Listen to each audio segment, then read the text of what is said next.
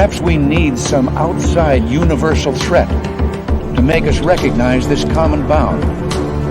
I occasionally think how quickly our differences worldwide would vanish if we were facing an alien threat from outside this world.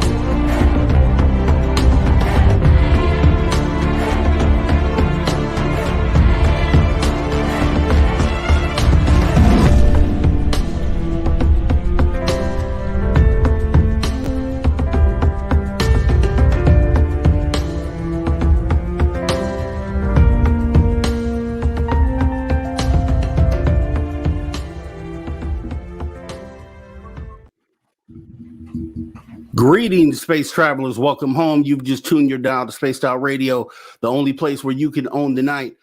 Tonight, I am your host, Mr. Rob G, filling in for Mr. David Scott due to him being snowed in. Yes, Dave Scott is snowed in. And tonight, we're broadcasting to you on our terrestrial affiliates across North America and digitally on TalkStream Live, KPNL, and Odyssey Radio. Remember, you can access our archives for free at youtube.com/spaced out radio. And while you're there, please do not forget to hit that subscribe button. Don't forget to follow us on Twitter and Instagram at Spaced Out Radio, at Spaced Out Radio Show. Our website is Spaced Out Radio, where the options are endless. You can stay up to date with the SOR Newswire, get some official Spaced Out swag, plus rock out to some Bumblefoot and so much more. Tonight, we have an awesome show for you. We have Jack Vaisey and Evan B. Stone, two guys I got a little familiar with earlier today. They're doing some really great stuff, and we're going to jump into some great topics. Let me go ahead and welcome everybody in here today. And we have, if we can jump back to the beginning here, we have Lightwalkers taking the gold. We have Robert Lamoth Jr. saying, hello, Dave. I am filling in for Dave, but as you can see, I'm in Dave's studio, so it makes it that much more realistic and authentic. Robert Lamoth with the silver. And then Race Fan. Race Fan has the bronze. Who else do we have in here today? We have Michael Morris saying, good evening, Dave. I'll take that on behalf of Dave. Like I said, Dave is snowed in, and I am filling in his shoes today. Big shoes to fill, though. We have Dino Bravo Fan saying, hey, thank you for coming in, Dino Bravo Fan. We have Kevin Whip saying, Dave. So we'll take all Dave accolades today. We have Jimmy Gonzalez. What's up, Dave? What's up? Right back to you. We have Stephanie Blankenship. Hi, everyone.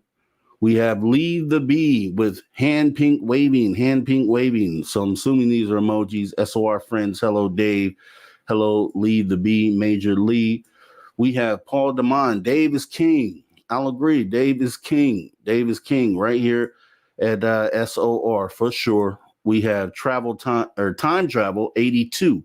Wu Train, that's right. Wu Train is leaving the station. And let's see here. We have Mike Fontaine. Hello, everyone. Thank you for coming in, Michael Fontaine. We have Miss Catherine Jones. Hey, SOR family, I am in the house. Glad to see you here, Catherine. We have Lars Jansen. Good morning, all. Okay, so somewhere in the world where it is morning. Good morning to you then, Lars Jansen. Thanks for coming in. We have Road Flare. Hi, guys. Hi, Road Flare. Thank you for coming on in and joining the show tonight. We have Dragonfly. Evening, Dave and SOR family. Good evening to you, Dragonfly. We have T-Bone. Hello, Captain and SOR friends. Thank you for coming in, T-Bone. We have W. David Page. Hi, all. Thank you for coming in, W. David Page. We do appreciate you. Let's see. Who else do we have here? May have said Jennifer Patterson. We're going to say it again. Jennifer Patterson. Hello there, SOR family. We have underscore Madi. Evening, y'all. Evening underscore Madi. Thank you for coming in. We have Richard Elmore. Richard Elmore. Hi, Catherine. Thank you for coming in, Richard Elmore. We have Tamothman. Tamothman is the guy right there. Woo-hoo. Here we go. Let's go. All right. Jenny White Bear. Hello, Dave. And SORians. XO. Kisses and hugs. All right. We got Mark Eddy. Hi, Dave and Roomies. Hello, Mark Eddy. Thank you for coming on in. We have Patrick Noble saying, Dave. Yeah, Dave Snowden. He's doing well, though. He's doing okay. Let's get that clear. Dave is doing okay. We have Patrick Noble. Patrick Noble, thanks for coming on in. We have Mex97. Good evening, everyone. Lots of love from Houston, Texas. Love you all, and especially you, Dave. Dave, the love is going out for you tonight. Let's see. We have Facebook user. Hi, Dave from Greencastle, Indiana. Welcome, Facebook user. We do appreciate you coming in. We have Bobby Perron or Ferron. Hello, everyone. Hello, Bobby. Thank you for coming on in. We have the Desolate one. Let's go. Greeting from UK, 5:01 a.m. I need some spaced out radio. Well, you're going to get that tonight, Desolate one. We're going to definitely jump into some good stuff here. We have, who else do we have? Looks like we're getting towards the end. Rex Goodrum. Greetings, Captain Dave and chat. Greeting, Rex Goodrum. Thank you for coming in tonight and joining the show. We have Aaron Baca. Aaron, SOR, let's go. Okay, I like that. Let's go, Aaron Baca. Let's get it going. Let's see. Laura Lobb. Hey, Mr. G. Hey, Laura. Thank you for coming on in. The Desolate one. Are you in Super Duke? Super Duke. Super Duke will be by tonight. So Super Duke is scheduled to make an appearance here tonight. And let's see. Who else do we have? We're almost he said T-Bone says snowed out in his basement. Yeah, apparently it's affecting power and all sorts of stuff out there. And you know, I have the I won't even put it like that. I have the honor of being here in California where the weather is tolerable all year round. So I'm doing well. Thank you for asking, guys. And we have Flat Six. Hey, everyone. Thanks for coming on in, Flat Six. Jessica McCreary. Hello, SOR. Thank you for coming in. Phil the Stalker. Bigfoot is a good topic. I do agree. Thank you for coming in. I don't know if it said SG Nav Spotter 310, but thank you for coming in tonight. And let's see. Matthew Gutka. Thank you for coming in, Matthew. Hi, SORers. Thank you for coming. Paramarv. And part of Dave's studio is you. Yeah, I'm here. Look, I'm here. There's a guitar. Wait, can you see? There's a guitar. I'm fading in and out of existence. I might have to drop the backdrop. But I thought it was fitting. So here we go. We got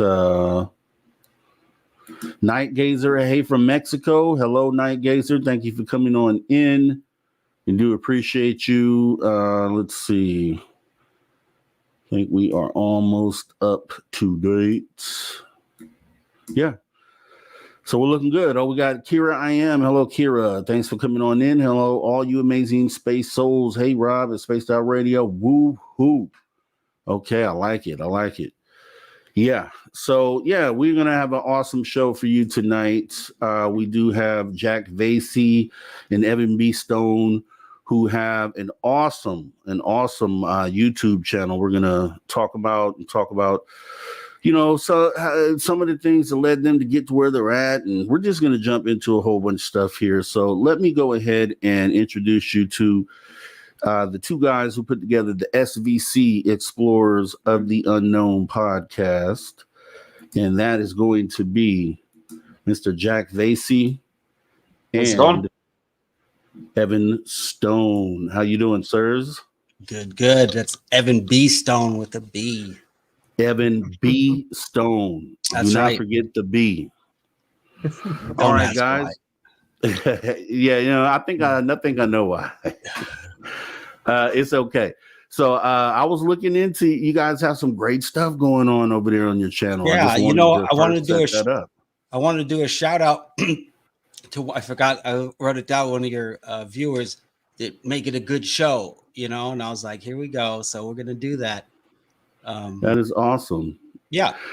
That is awesome. I love you guys. You guys have a great energy between each other, great chemistry.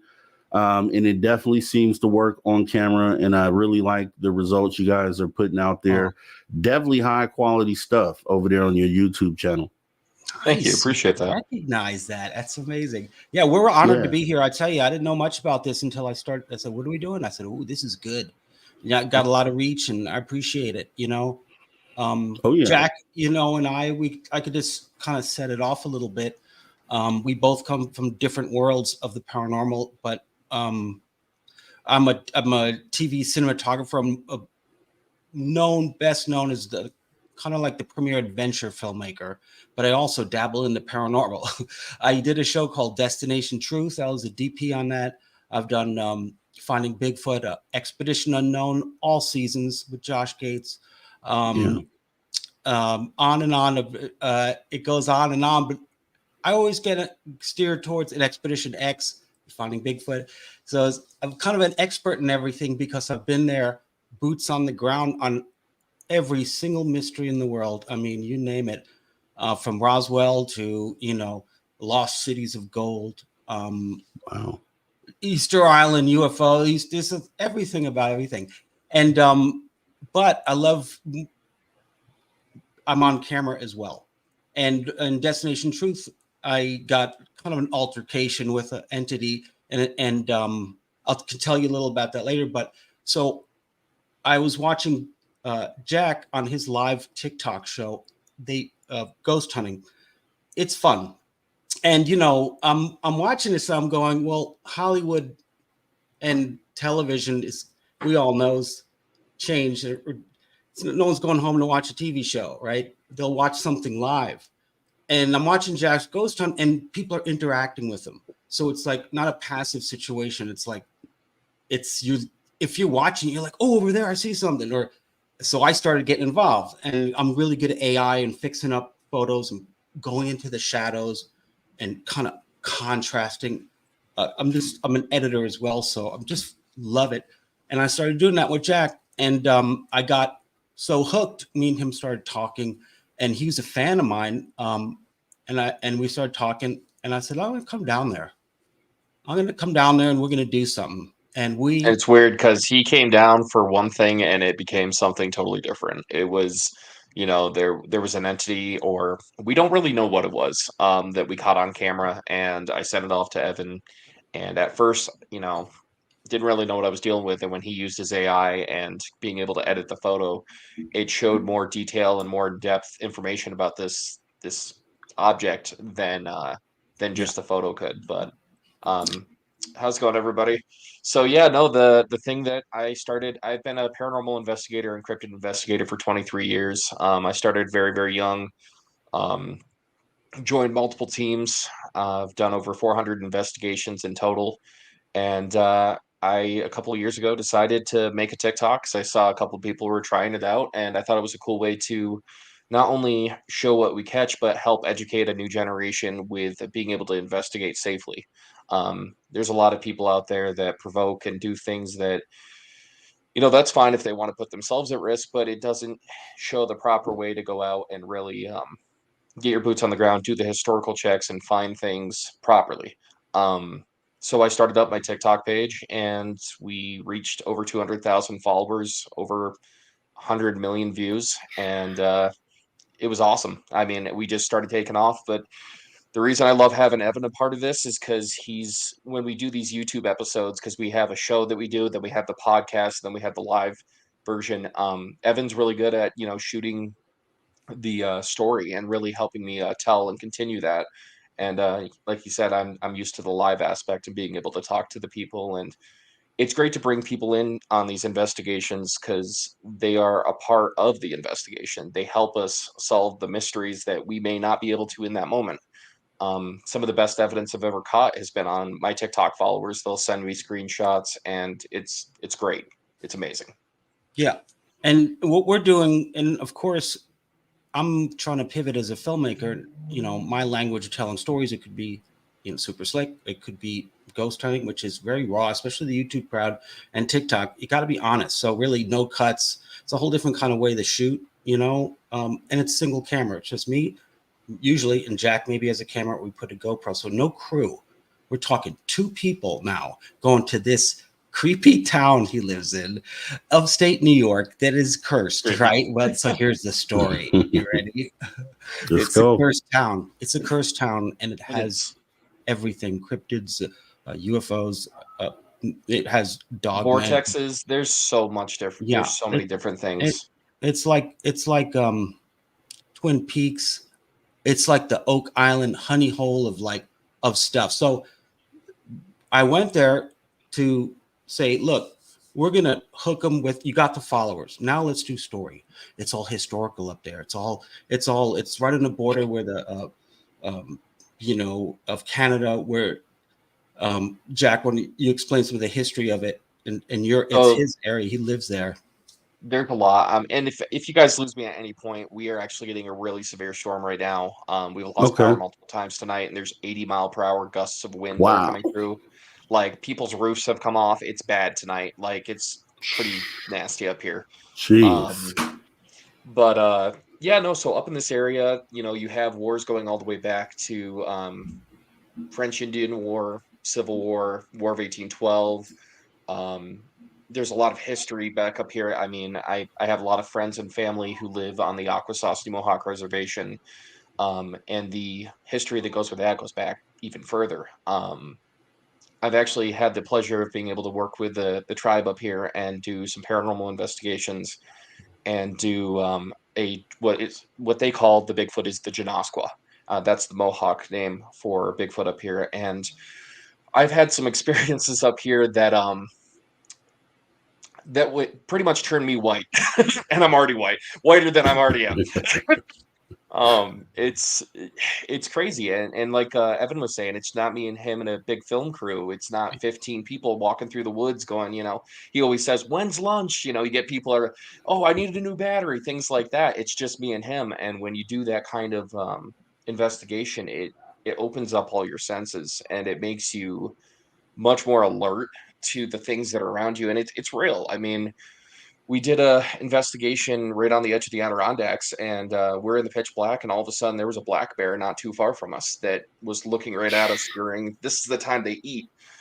And man, there's nothing more nerve-wracking than realizing if one of you go, it's one-on-one at that point. So yeah, it's scary. I mean, there's Bigfoot up here. There's the Dogman, which is a bipedal wolf. It's basically Bigfoot but a wolf. And I said to Evan when we're out in the woods filming, if I go, I have the truck keys, so you need to help me. That's right. But what we're doing is we're telling a story, and then what we're doing is we're getting people hooked on a story. This is like an experiment, but not really, because this is the way it's going to go. I think in storytelling from now on, in what I do, which is on a bigger scale, is roll out, produce segments, and then identify, we have a bridge, we have a graveyard, we have some things that are incredible, things that's happened to us already that are in our story. And now these places are like hot spots for us, right? So, and the audience knows about it. So now guess what? We go live at those places. Everyone knows the backstory. And if you don't, check it out below, right? And we go live, and then the audience helps us. We'll have different cameras. He lives so remote. We're going to use a Starlink system, and we're going to dish it up in a way that it's like watching a pregame at the football game. So you're learning about the quarterback. You're learning about this entity, and we're back. That's the one thing I like about shooting it like this, is because a lot of these paranormal shows, they don't have enough time to get into the history of that location to really validate the experiences that our people are having. So when we go there and we tell this series of 5 to 6 episodes, and then all of a sudden it goes live, it really gets people hooked to it, honestly. I mean, there's a lot of people who message me and call me every day that I've known for 20 years that are like, man, how did you figure this out? Did you know this? And people are giving me information, and they really enjoy it. That's our shtick. Yeah, you guys have some really great stuff over there, and I was wondering, especially you behind the camera, because the quality is there, and then just like you said earlier, it's only you two on location, so you're behind the camera, and then you also find a way to bring yourself in as well, and it just comes off really good. So Nice. I watched the episode where you guys had gone to Bonaparte's grave, Caroline Bonaparte. So I watched that episode. That was really awesome. So what did you guys find out from that? What was the end result of that? Incredible. I mean, like this, I'm just gonna, Jack will talk about it, but I'm just gonna tell you the vibe. I'm from LA, I'm Huntington Beach, and I love, I'm from New York, but I know where he's at, and he's like, I live in near this town, and it's just like, it's on the border of Canada. It's really depressed. It's like it takes an hour and a half from Syracuse to get there. I mean, but there's all these historic. Wow. It's like times kind of forgotten and lost because it's so far from any highway. It's close to the border, and so it's like, I get there, and the whole trip has been things leading us to other things that unlock things that turn it to a different direction. And again, Jack and I are only filming. I come with my iPhone 15 and a flip out camera, like from 1995, whatever. And who cares? It's about, and it looks good because I'm a good editor, and I know how to kind of pace it out until we get to what Jack's expertise is actually ghost hunting. Because that's what people want to see. They want to see us out there shooting green, being in the moment and not fake, right? Being honest. And that's what we're doing. Yeah. And it's magical. And the story, go ahead, Jack, bust it out. I mean, with the story with Caroline Bonaparte, so originally her father came over here into the Adirondack State Park and bought a large parcel of land in the town of Luray, what is called Luray now, actually outside of Natural Bridge. And he bought it from James D. Luray Chamont, who is the owner of the 28,000 acres that he bought. But the crazy thing is he actually bought it with stolen Spanish treasure. When Napoleon, his brother, made him the king after Napoleon's fall at Waterloo, he basically was like, I need to get out of here because people are going to start revolting and I'm going to be the first target because I just had everything handed to me. So he stole the Spanish treasure from the royal treasure and fled to America. His plan was to buy this 28,000 acres of land and start a new French Revolution in upstate New York, right next to Canada, Montreal. I mean, it is a really prime location. If they succeeded, I could be speaking French right now to you guys because it really could have changed the whole layout of everything. So Joseph bought it. What year was this? Oh, now you're putting me on the spot. It was this is late 1700s, early 1800s, or yes, 1800s. late 1700s, early 1800s, and then basically what Napoleon said was, "I'm not doing this. Like right now, I need to hide." So he ended up going to Saint Helena, and that's where he was executed. And Joseph ended up keeping it, and apparently didn't spend all the treasure, so that's going to be a future episode. Evan and I will be going out with my cousin Dave and another person that we're bringing along to help out and just try to see if we can locate anything because it's gold, silver, rubies, sapphires, emeralds, everything. Wow. But he had this daughter. Yes. Okay. Yeah, we're going on to that. Sorry, going to Caroline. So he ended up. His wife stayed over in France, and when he came over, he met a woman named Annette Savage and had a tryst, the witch affair, and ended up having Caroline Bonaparte with her. And then Caroline ended up marrying a Civil War colonel named Zebulon Benton, lived in the town of Oxbow. Zebulon is definitely a scoundrel, for sure. He just, the basic con man. He bought a cave and said that it was a silver mine and ended up not being anything but a cave full of rocks. Left Caroline in debt, and she ended up becoming a French teacher, ended up teaching piano lessons. And there's a lot to that story. In debt. In debt, a lot in debt, At the same time, she's a secret agent almost, taking folks from the Underground Railway. Wow. The last stop before freedom is this river. It's Oswegatchie River. And you said it right. I'm so proud of you right now. I thought I you said it right, man. I know all about the world. That was the whole thing. So look, this river, in the episode, he was like, Oswegatchie. So imagine a place that this river, that's really snaky, ancient river from American Indians and lore, and it was a magical, it was for trade, it was everything to these people, right? And then so we have all those entities, ghosts and memories, and then we have the Civil War. We have Napoleon Bonaparte's brothers. It's Napoleon Bonaparte's niece, basically, is living in this. Her gravesite is bent over. It's in the creepiest cemetery. It's not even it's a little sign. Yeah. And to me, I was like, wow, let's talk American history here, right? This is history that we're now uncovering. And once we got boots on the ground, there's only so much you can find online about this, which is bizarre. And all these places are still there. So the it's not like all ghosted out, right? People come and these hotels that are haunted, or the Queen Mary. No, this is like, we go in. We were the first paranormal investigation, right? To go into. We're asking, so we got there is this lady in white story on the bridge, and it turns out it was Napoleon Bonaparte's niece, Caroline, and that just opened everything up for us. Yeah, I saw that. I didn't know if you were going to mention that, but yeah, okay. So that was pretty crazy. No, we know now. I just saw one of your I just saw one of your followers mentioned graveyards are not, it's Kira IM said graveyards are not haunted in my experience. Now, I actually kind of believe that too, because a lot of times graveyards are hollowed ground, spirits are laid to rest. But the problem with that being is the church that the graveyard sits next to has been deconsecrated. It has been abandoned, and they might actually be selling the church, so it's no longer hollowed ground where that graveyard is. Besides that, the Amish next door pushed up all the graves, and it's like, you moved the gravestones, but you didn't move the bodies, like, wow. So I'm in love with all this story and lore of this place. It's dark, it's depressing, it's great, but it's like country, and just like time forgot it.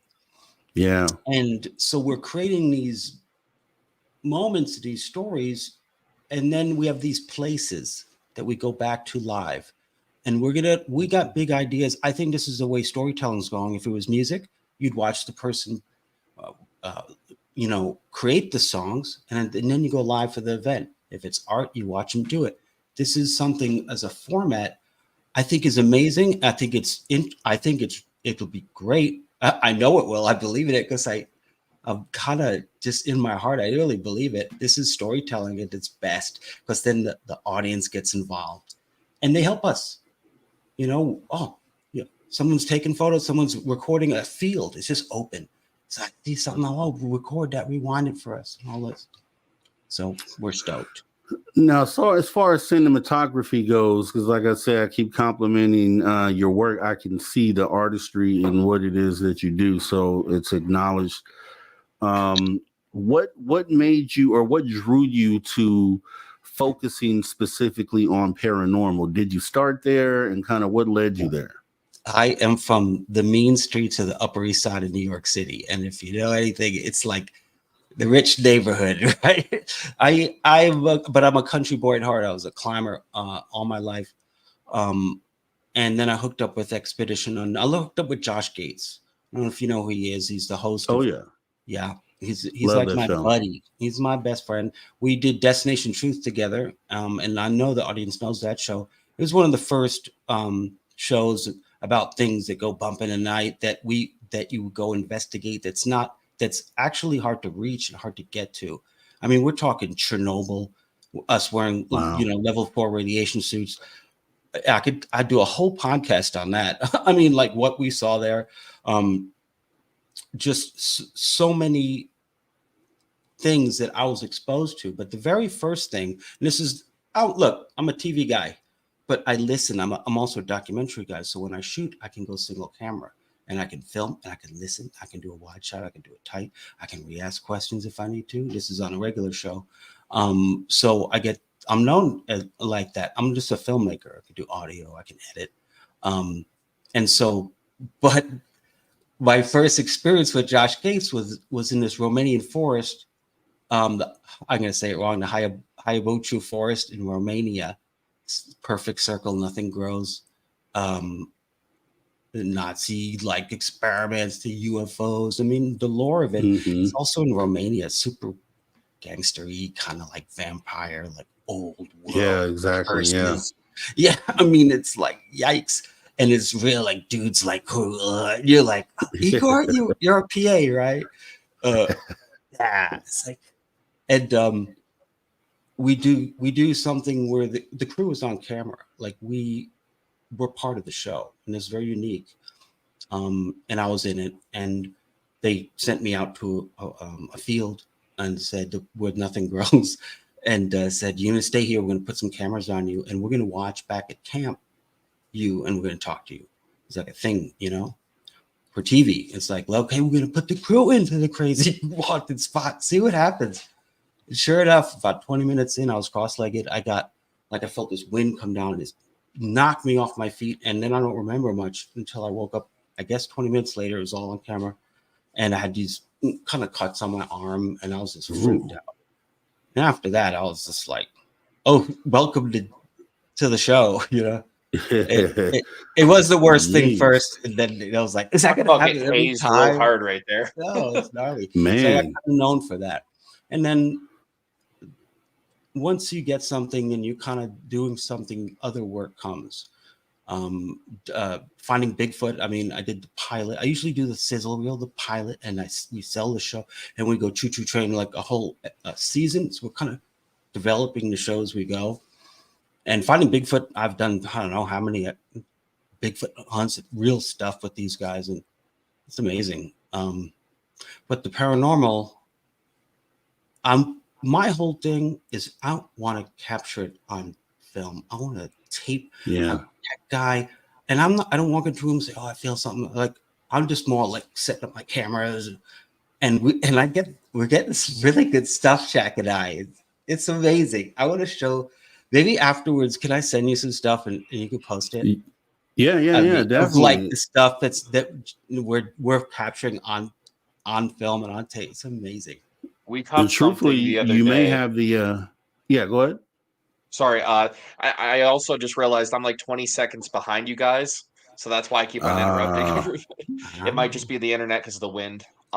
We caught something. I went live the other day at the bridge, and we're not usually able to, but the internet actually was working that day.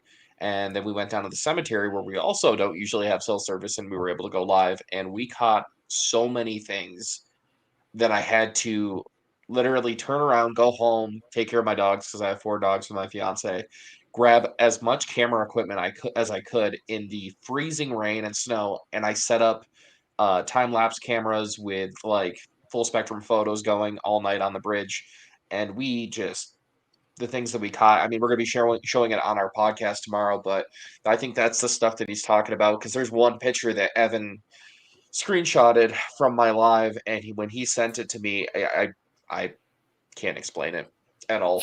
It's like my brain. Yeah. I record everything as well. I record everything that I do. I use apps, to open up, and I record the screen. And everything is just, you don't need to. Everything we're doing is crazy. Mm-hmm. Yeah. And that's good. I mean, to have a mind like that, to think of those things makes the production even better. And I think everybody will realize what I'm saying when you go over there and check the channel out. So make sure you guys do that. But then, Jack, the same as I asked Evan, what kind of got you into ghost hunting? Like, was there any experience or something that happened that started you on this path? Yeah. When I was 8 years old, I had my first paranormal experience with what people call a shadow person or a shadow entity. I woke up about 2 o'clock in the morning to something tapping on my window. and I got up, opened the window to see who it was because I thought it might be one of my older sisters, and because they like to prank me. That's what older sisters do. And as I Yeah. looked out, I saw this entity standing about 6.5, 7 feet tall, black smoke surrounding it, red eyes, and I tried to run and I couldn't run. And I tried to scream, but I couldn't scream, and I started hyperventilating. And it was terrifying. Like I couldn't do anything, and it started floating towards my parents' house, and it went to go reach its arm in the window towards me, and it puffed into black smoke, and I actually ended up falling off the bed. So I ran to my parents and I told them what had happened, and my dad just said, you had a bad dream and stuff like that, and the typical parent response because they don't want to tell their kids that there's this kind of thing out there. Yeah. Um, I mean, because then I would never. It's traumatizing. It really is. And years later, I've seen this entity 4 times in my life, and I have not been the only one that's noticed it. My ex-wife actually saw it at one point. Um, yeah, one of my best friends did, and actually not too long ago. It's been since the first experience when I was 8, so it's been years. I was at the Hinsdale House down in Lower New York. A lot of people know what the Hinsdale House is because of people like Nick Groff from Ghost Adventures, and a lot of people go there just to because I mean, it's probably one of the most active places I've ever been to be honest. I spent 2 nights in there. I slept in the living room right on the couch, and you could hear people talking and walking around. And I actually saw it upstairs that night as well in the upstairs bedroom of this house. Uh, it was scary. No, I believe you. I have, and anytime I talk to a ghost hunter, and the topic of shadow people come up, I always have to show this because this was caught in my house. This was Okay, caught I'm ready. in my home here. Yeah, here we go. Ooh, hold on. Let me watch this. If I can, I'm gonna hook Oh you up. man, Hold on, I'm gonna take a photo of that and I'm gonna hook you up. Hold up, there it is. the thing that gets me with this photo is that it's got its own like mass. It's not on the wall. It's out of the wall. It's closer to you. Yes. Yeah. It's not a shadow. Because that was the first thing I looked for. Where's the bottom of the floor? Here you can see where the door is behind it. Like you can see that this thing is, man, that is terrifying. And I zoomed in on it. Yeah, exactly. My daughter caught this in the middle of the night. Her friend Ooh. screen captured her phone while she was on FaceTime. I'm And gonna. yeah, pretty awesome. You were saying, Evan? Oh, I said I took a photo. I'm gonna hook it up and show you guys. Okay. Yeah, I'll yeah, do what yeah. I do, and Uses I'm recording it as he well. Okay. uses AI, and what he does is it actually fills in the areas that your camera may not pick up. It doesn't create anything. It just fills in what's Kind of. Oh, possibly that's Doesn't. awesome. That's I'm awesome. not doing generative fill on it. I'm Yeah, just no. enhancing and getting into the shadows. Yeah. And just so you know, I know you said you had things that you could show. You do have an option to do that. You can Yep. Oh snap! do the screen share. Oh hell yeah! I actually do have a couple You things. got some things. Throw down our bridge. I got to see what I have available on my computer. Investigation stuff. Yeah, no, I am looking right now to see what I have available. I can also bring up YouTube and screen share the you. Vimeo. I don't have some stuff on Vimeo. Yeah, do that. Wow, Okay. this is crazy looking. Just seeing what I have available here right now. But yeah, no, I mean the shadows people stories have been going back, I mean, hundreds and hundreds of years. It's Yeah. terrifying. Yeah. I told my daughter she didn't know what it was. And I had an idea what it was. And I asked her, I was like, Hmm. do you know what this is? Do you? And she didn't. So I told her to go ahead and read on that. You need to read on it and see. Hmm. And the next day she came back to me and she was totally scared Yeah, no, why did you about what say she that? saw. Yeah, I didn't want to because it was nighttime. I didn't want to send her to bed with the whole thing. So I was like, okay, go ahead and read it, and then we can talk about it tomorrow. And she did, and yeah. So anyone who ever thought shadow people weren't, ooh, Oh wow, Yes, wait. so Ooh, that that's does bring from out mm, its some hands. detail. It looks like a shadow for sure, but this thing here, this other thing that it's not like doesn't seem solid, but it's kind of is, but it's kind of on its like a it's kind of not right as far as it. Yeah. Yeah, you guys see it. Yeah. Yeah. So that's quick, Quincy. You can get right in it. I debunked the Bigfoot, the Gimlin film. Like, that's the first thing I did. I was like, This is one of our biggest debates that we have. He says Oopsie. he debunked it. yeah, we could talk about that because that's historic right there, Well, now right? you got And then things when like that's like the biggest, one of the biggest ones that I don't know, man.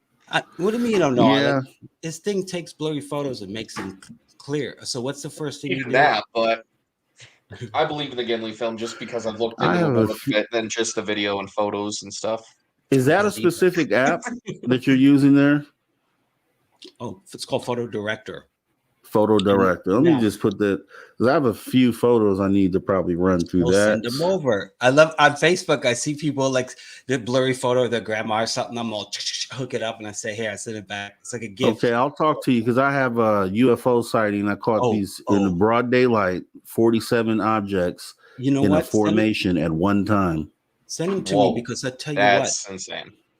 Jack and I have been doing this. People sending us stuff, and Jack and I we're seeing constantly. And I got the facts in my phone here. It's like these jellyfish kind of organic looking things in the air. It ain't shiny and metal. These things are all different types. And it's really like, okay, fourth dimensional creature. Like, let's just go there. Why are they aliens? Why do they have to be from another place? How come they're just not here? Yeah, see, and that's a great debate right there. Yeah, and you brought up jellyfish. No, I saw Jeremy Corbell. I don't know how old this video is, but I know he released a video. Oh, I see. Okay, let me share that. I did put a video up too that you were asking about. This is one from us from the bridge, but you can go ahead and share your video you're just talking about. Yeah, no, I was going to say Jeremy Corbell had a video that I guess came out yesterday where it shows this jellyfish. They call it jellyfish UFO, and it's just floating across the screen. They had it for like 2 minutes straight. Looks very, very strange, but you can tell it is what it's showing. So I think that's the same thing you're talking about. I guess I'm just saying. I'd love to see it. Yeah, maybe I can bring this that little up. photo here. Someone sent me right here. This little photo, and I keep zooming in, and this is what I came up with. It's like the triangle UFO that gets. I sent you that. Yeah, good. That's stuff. one of mine. I got that from upstate New York, actually not too far from where we caught our first entity. That first thing that we didn't know what it was. There was a bunch of lights. It was just the other night after a storm that were floating around in the sky, and at first I thought they were flares from like the local air base, but they weren't. Oh, I know if it's a plane. And now the technology is crazy. Like, you can get an app at $2.99 a month and you clean up your photos and video. And I use Topaz, which is a professional program that cleans up video. It just, it doesn't fix it. Here's the deal. Here's the disclaimer. It doesn't fix it. It takes it and rebuilds it, everything. Right. So then it can handle what's in there and open up the shadows even more. So that's the part that's like, yuck, we all know what's going to happen. We all see Terminator. I mean, but it's helping people like Jack and I for sure. Yeah. I mean, because it'll at least give you an idea of what it potentially looked like. Not saying this is the. Yeah, so that's actually pretty good. I'm glad you're doing that. Well, let me bring up these video real quick. I'm wearing Carhartt gloves right now, and they're keeping my hands warm. They're doing their job, so it's negative. This is a bridge. I'd say it's -3 to -10. For sure. And we looked down over the light in your box on when we left? That light in your box was not on. Oh, come on. No, it wasn't. Why? What?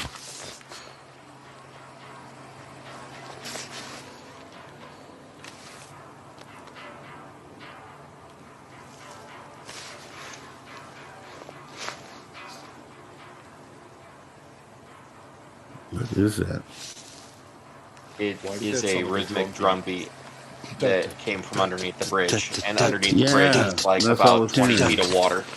There's nowhere to stand under the bridge. I'm glad we were silent for that. Yeah, This is something that we're gonna take back. Dude, that was amazing. It's. Let's go back to. I think. And also, just Dude, we just. That's I'll wait till this is done. not like that's Okay, and okay, and this right here. Why is that light on? I don't know. I mean, look at it. Ooh. Whoa. Just. The light that I'm holding in my hands right there, the button is actually on the other Okay. side, and it keeps on I turning don't know. off and turning on by itself. This is cool. This is super. This is cool. Like, check this out. Boom. Not turned on. On now. I mean, signs. Look. Jeez. Fuck. Dude, we need to get in the truck. You're in the negative temperatures now. This is Like, where we're acting frostbite- silly, right? It's Dude, this is silly. where- this is where- Silly. Silly. This is us when we're out. It's like the ADHD ghost hunters, Wow. basically. Yeah. So Is on that, that bridge, the same bridge? The lady in the white dress. yes, and so Okay. this is on the Oswegatchie River, and that is actually that's Mohawk. The Mohawk name for Oswegatchie, it means black water. The water's so dark that you can't actually even see in it, and so that's why they gave it that name. But they would actually use it as a highway for fur trading, fishing, hunting, and stuff like that. This bridge is crazy because I went out. My first thing is I wanted to debunk it. 95% of the time I can debunk something, and that's what I try to do because anybody can go out and say a place is haunted. I want to get that proof. So after this happened, I actually went out, I jumped up and down. I tried hitting the bridge with my foot, like kicking the side to see if it would cause that reverberation. Nothing. It's never happened again. I've been to this location multiple times in ghost hunts. We had one other time where I had a rock thrown up between my feet, and Evan caught that on camera. Yeah. You could From the hear the below. rock from below, and down below us is 20 feet of water. I It's can't explain nuts. it. The It's place Yeah. is like massive. crack-a-lackin', like wait, we're kind of like getting a tap on the 1700 like French fur trappers, the people from the Underground Railroad, all these kind of folks that this Yeah. old bridge, it's 1900s. Like, what kind of residual stuff is on here? And we Yeah. hear this American Indian beat, and if anyone's listening now on the radio and really didn't hear what was going on, we said we weren't seeing something, we were hearing something, and it was a rhythmic Native American beat, and Yeah. it's like it was. So then we're like, well, what? And then he says, well, this river is, all of this, and they cursed the place because they took their land. I was like, oh yeah, this start to make sense now. And you're out there and you got some facts, but not all of them. And now we're trying to get them from the entities, fill in the gaps of history. It's really cool. Yeah. Yeah, I clearly heard the rhythmic beat. That's why I was like, what the heck is that? So that's crazy. I've sent that off to the Akwesasne tribe too, and they said that actually does meet the beats that they have in a lot of their rhythms that they use. So we've been working on trying to identify it, and basically identifying something by just the drum beat is kind of hard. Because there's a lot of vocal, there's flutes, there's a lot of stuff that they use to get the music they have, but it definitely, they said, it meets the beat. Yeah. Wow. And they're picky. They are. Now I had a question. I was going to say, and actually I'll say this for everyone. Any questions that you have, definitely put them in all caps, so we can make sure to ask Evan and Jack at the end of next hour. However, this question I wanted to bring up because it fits into what we're talking about. Paramarv asked, it wonders if Evan has ever run the video of the Vegas alien through the AI process to get a better look at the cab of the bulldozer. Come on, bring it. I don't even know about Vegas. It sounds like you shouldn't see it, but you want to, Yeah, I mean, I have a video and I'll send it to you where someone is zoomed in and you can see something moving inside of it. It appears to blink. And I think that program may do it justice. It's all programs. You go to Canva and get it. I mean, it's kind of out there stuff. And so just the general AI. Okay. Yeah. Well, if you're an editor, you're on Adobe. There is there's Firefly, but there's simple apps that clean up photos, and that's what you're doing, But on the video level, it's a bigger price to get. It's called Topaz, and it's really nice. It makes if you have Hey, like Brian. if you have a video Right. for VHS video, it'll upscale it to 4K and really do it.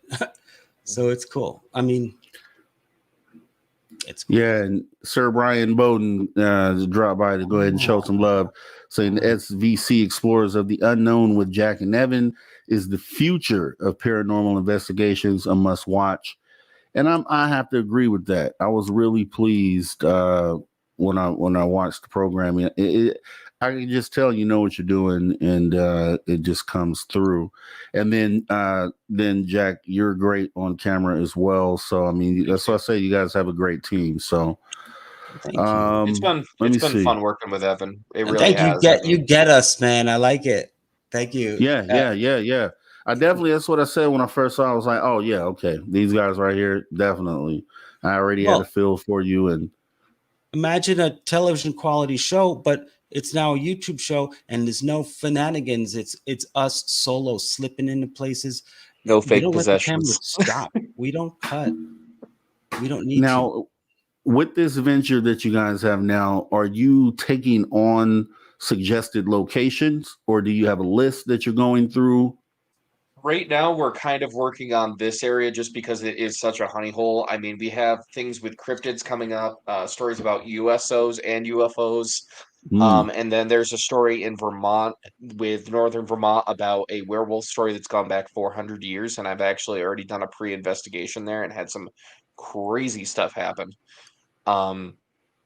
But yeah, no, I mean, in the future, it's a possibility. We're really trying to tell the stories that haven't been told, the small towns that, I mean, you have, like Evan was saying earlier, you have these places like, Amityville and like the Conjuring House, and they're great, they're amazing, but everybody and their brother's been there doing paranormal investigations, and it's the same thing over and over again.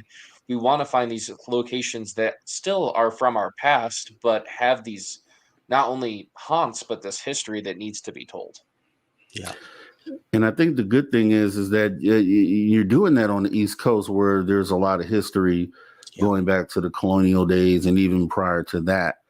So a lot of good history. And then I talked to a ghost hunter that I've interviewed before. I forgot which one, but I brought up the fact that truthfully, there probably isn't a place on the ground where a life hasn't come and gone, right? So there's always going to be something attached to something. Do you find that? Do you find that you just sometimes run across something totally unexpected? I actually find that a lot up here. And the funny part is everybody makes the joke, Dollar General pops up on every corner. I don't know if you guys have that where you guys are, but it's like anytime a plot, it's the same thing up here, but it's historical buildings. And I ran into a Dollar General, and one of the people actually recognized me from TikTok, and they were like, "Oh, you're the ghost hunter. We got to tell you what goes on here." And they have stuff that flies off the shelf.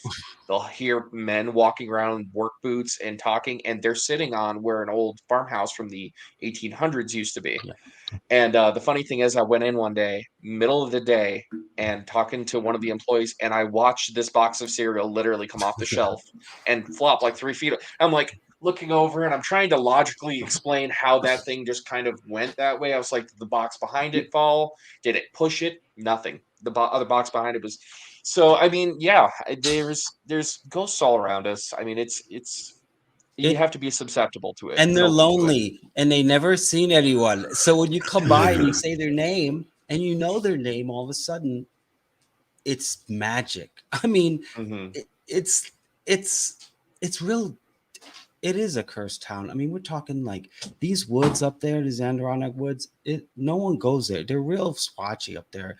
And if you do go in there, you're gonna see some pagan ritual stuff. You're gonna see some weird. We found some weird stuff in the woods. Again, it's like a Twin Peaks type of place where it's like so local and things. This is the way we do it, and up in there is. I mean, it's awesome. Yeah. The thing is, I've talked to. Sorry. No, go ahead. I feel so bad because I've been interrupting everybody all night. Oh, no, you're You're Um, fine. no, I've talked to some people up on the Aquasasnia reservation, some of the older people, and they said, we remember our parents telling us about our grandparents telling that they did place a curse on the land because it was taken from them, and we were put on reservations. And I get it, and it's held. I mean, there's things that cannot grow up here. The economy up here is absolutely terrible, and the only beautiful thing about this area is the history and the surrounding areas. The Adirondack Mountains, like you said, very squatchy. When I picked up Evan from Syracuse, he flew into this huge, beautiful city, and he's like, "Man, yeah, this is familiar." Then we get about 20 miles out, and he's like, "This is where you hide bodies. Like, where are you Yeah, taking me? It's This yeah, is it's some true. sketchy stuff." It is, and this buildings, and it's like, look, I'm a creative guy, and if you're a ghost hunter, you got to be creative, right? Because that's you unlock these things, and once you suspend your belief and you just get them all in, that's when everything comes at you, right? And I go up there, and he says, this town, Oxbow, is a little spit, a little land, and this place is burned down 3 times. Every time it gets built up, it gets until they said forget it, and now it just sits there. Yeah. I mean, it's like a buildings from the early 1800s, 1700s. 1700s, blighted next to a one that's barely hanging on, Wow. and this town, and then here's Napoleon Bonaparte's niece sit in this grave, and it's all tilted over, and I'm just like, my mind's blown. I'm like, wait a minute, is this in the movie? Jack's like, no.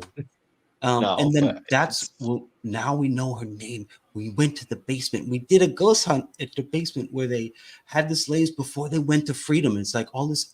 She was a good person. We found out that no matter how much she got screwed up by her husband, who took her money, she was unwavered on helping people until the end.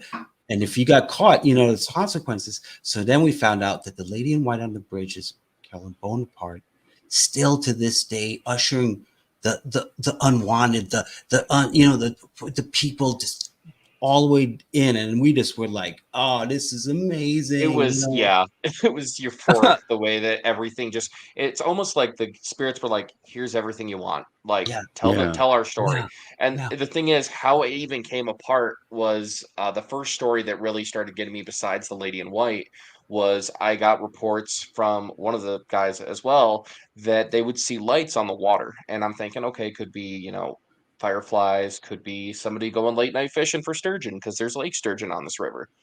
Well, then he described how it happened, and he said that they were on the shore. It was about 2 o'clock in the morning, and they were actually fishing for lake sturgeon. That's sometimes the best time to get them. And they had a lantern on, and they had just opened it up. It was one of those. I have one around here somewhere in my gear, but gear's everywhere right now. But you just open it up, and it turns on.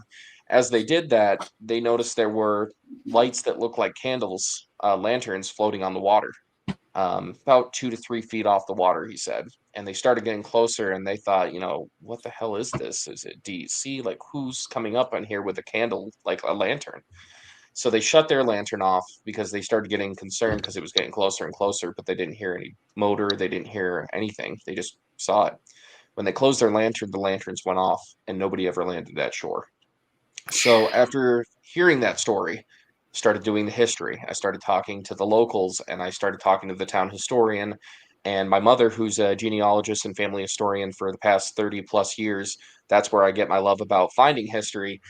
I give her the story, and she's like, yeah, that's part of the Underground Railroad up there. And I'm like, okay, let me look into this. Come to find out, when they were seeking shelter from the south heading north, they would actually get on a raft outside of the Bonaparte house, which was only a mile away from where the bridge lays, and the current goes the correct direction. They would hop on a raft, and they would have lanterns on front. Now, the lanterns wouldn't be lit.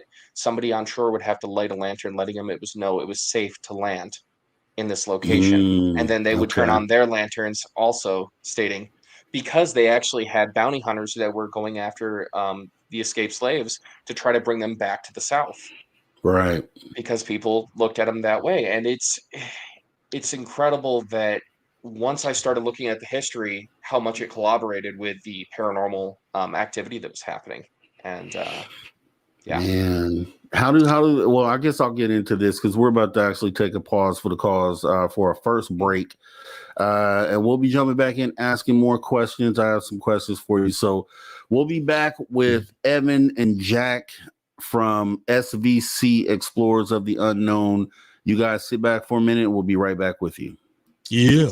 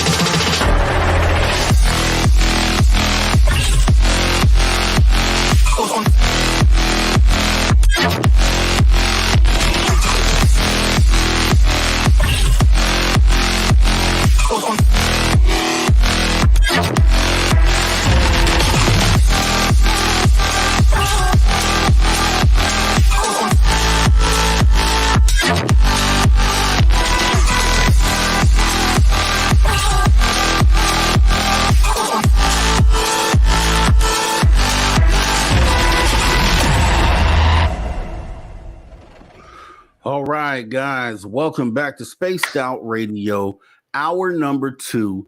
And no, you do not need to adjust your screen. Dave Scott is not in tonight. I'm filling in, your host, Mr. Rob G. Dave is dealing with the crazy snowstorm up in British Columbia. He's okay, though. You don't have to worry about him. He is okay. We're going to jump right back in here with Evan and Jack. We were talking about the SVC Explorers of the Unknown, and then just a lot of different scenarios, things that they've run across. Before we jump back in, I do want to talk about the SOR fan party, May 10th through 12th, 2024. Itinerary goes as follows. Friday, Jessica, Dave, and myself, Mr. Rob G, will host 1 hour each. And then right after the broadcast is when the VIP party kicks off. Saturday, we'll do the ghost hunt with Merle. And hopefully we see something there, catch something there. Saturday night, we will do the UFO Skywatch with Melinda Leslie. So hopefully we catch something there as well.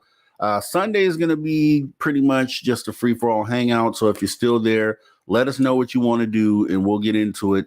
You can come and see SOR fan favorites like Science Bob, Lala Bright, Tim Senor, Jim Goodall, Melinda Leslie, Merle, Lorian Fenton, Dr.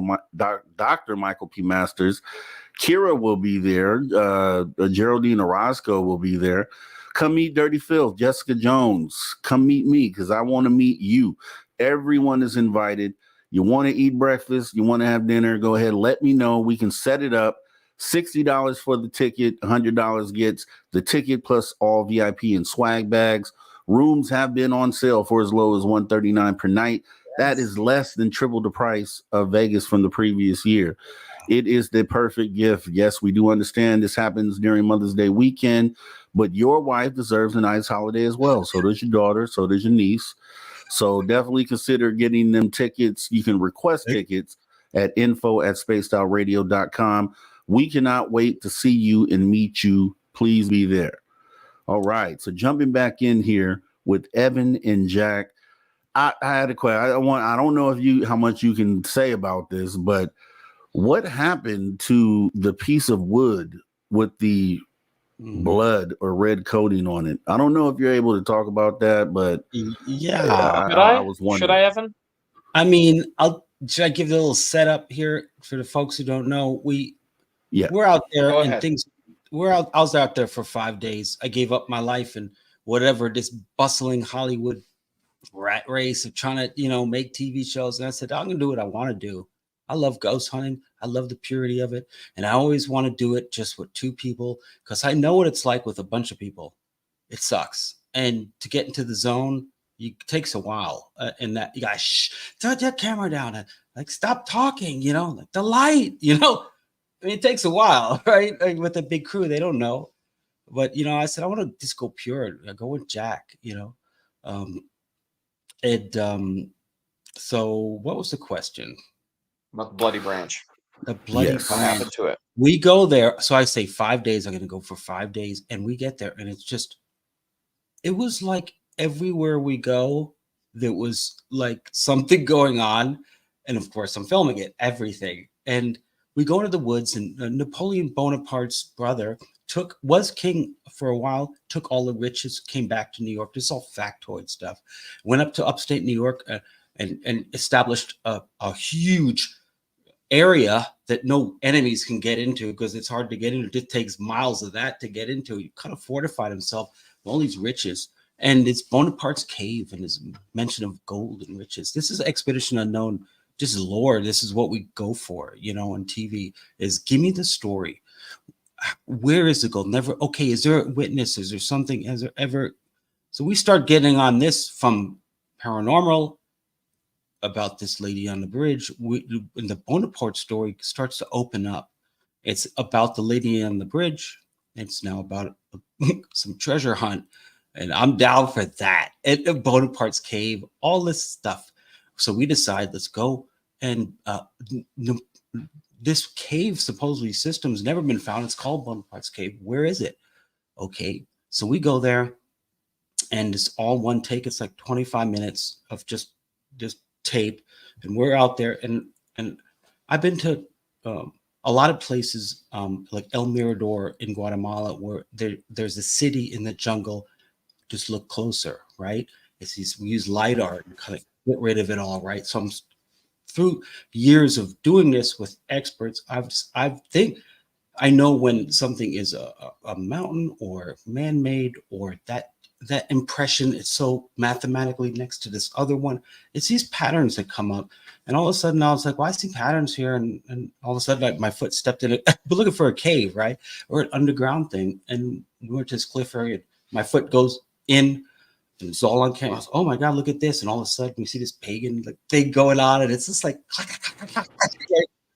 and then he goes, "What's this?" And there's a branch sticking up from the ground.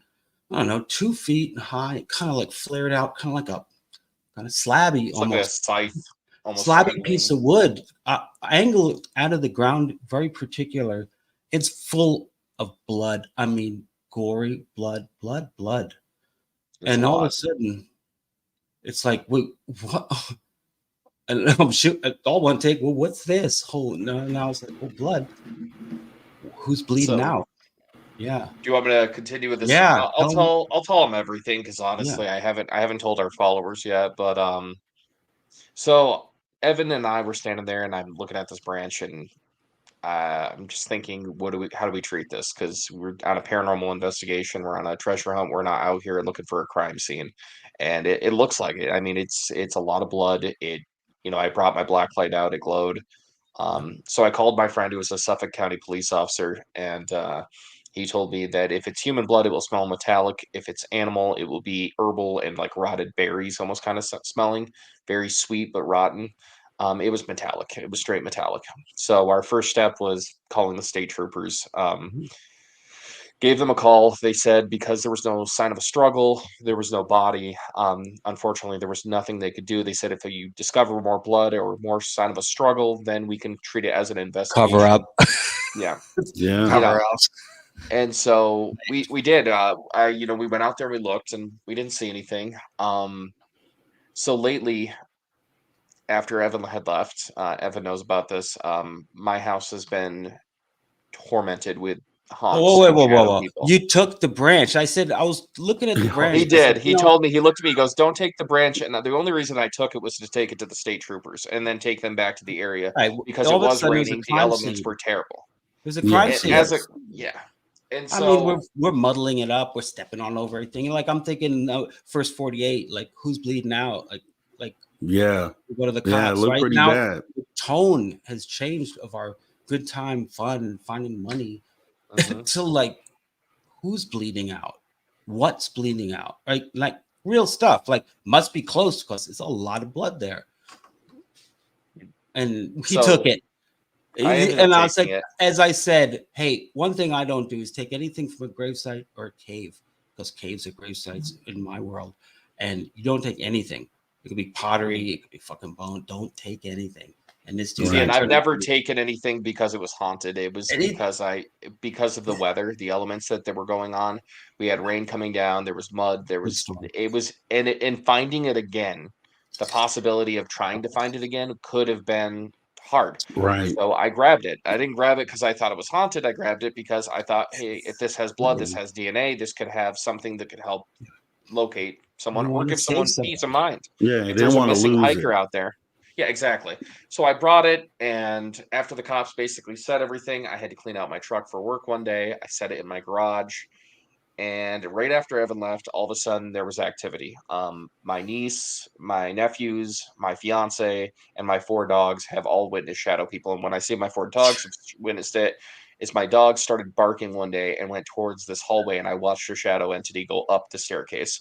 And the activity has gotten so bad here that I've had to call a team that I've worked with down in Syracuse, New York, and they're coming up in a couple weeks to basically cleanse the whole house. And the guy that I know took another haunted object that I did have. Okay, this one I knew was haunted because it was a part of the Amityville house. I acquired it through a person that I knew that worked on the house back in 1980, but that's a different story. But anyways, that? I mean, that's I took it because it was a piece of haunted history, and I didn't think it was right. So come on, like, it's like a bad horror movie. Okay, like, don't take it.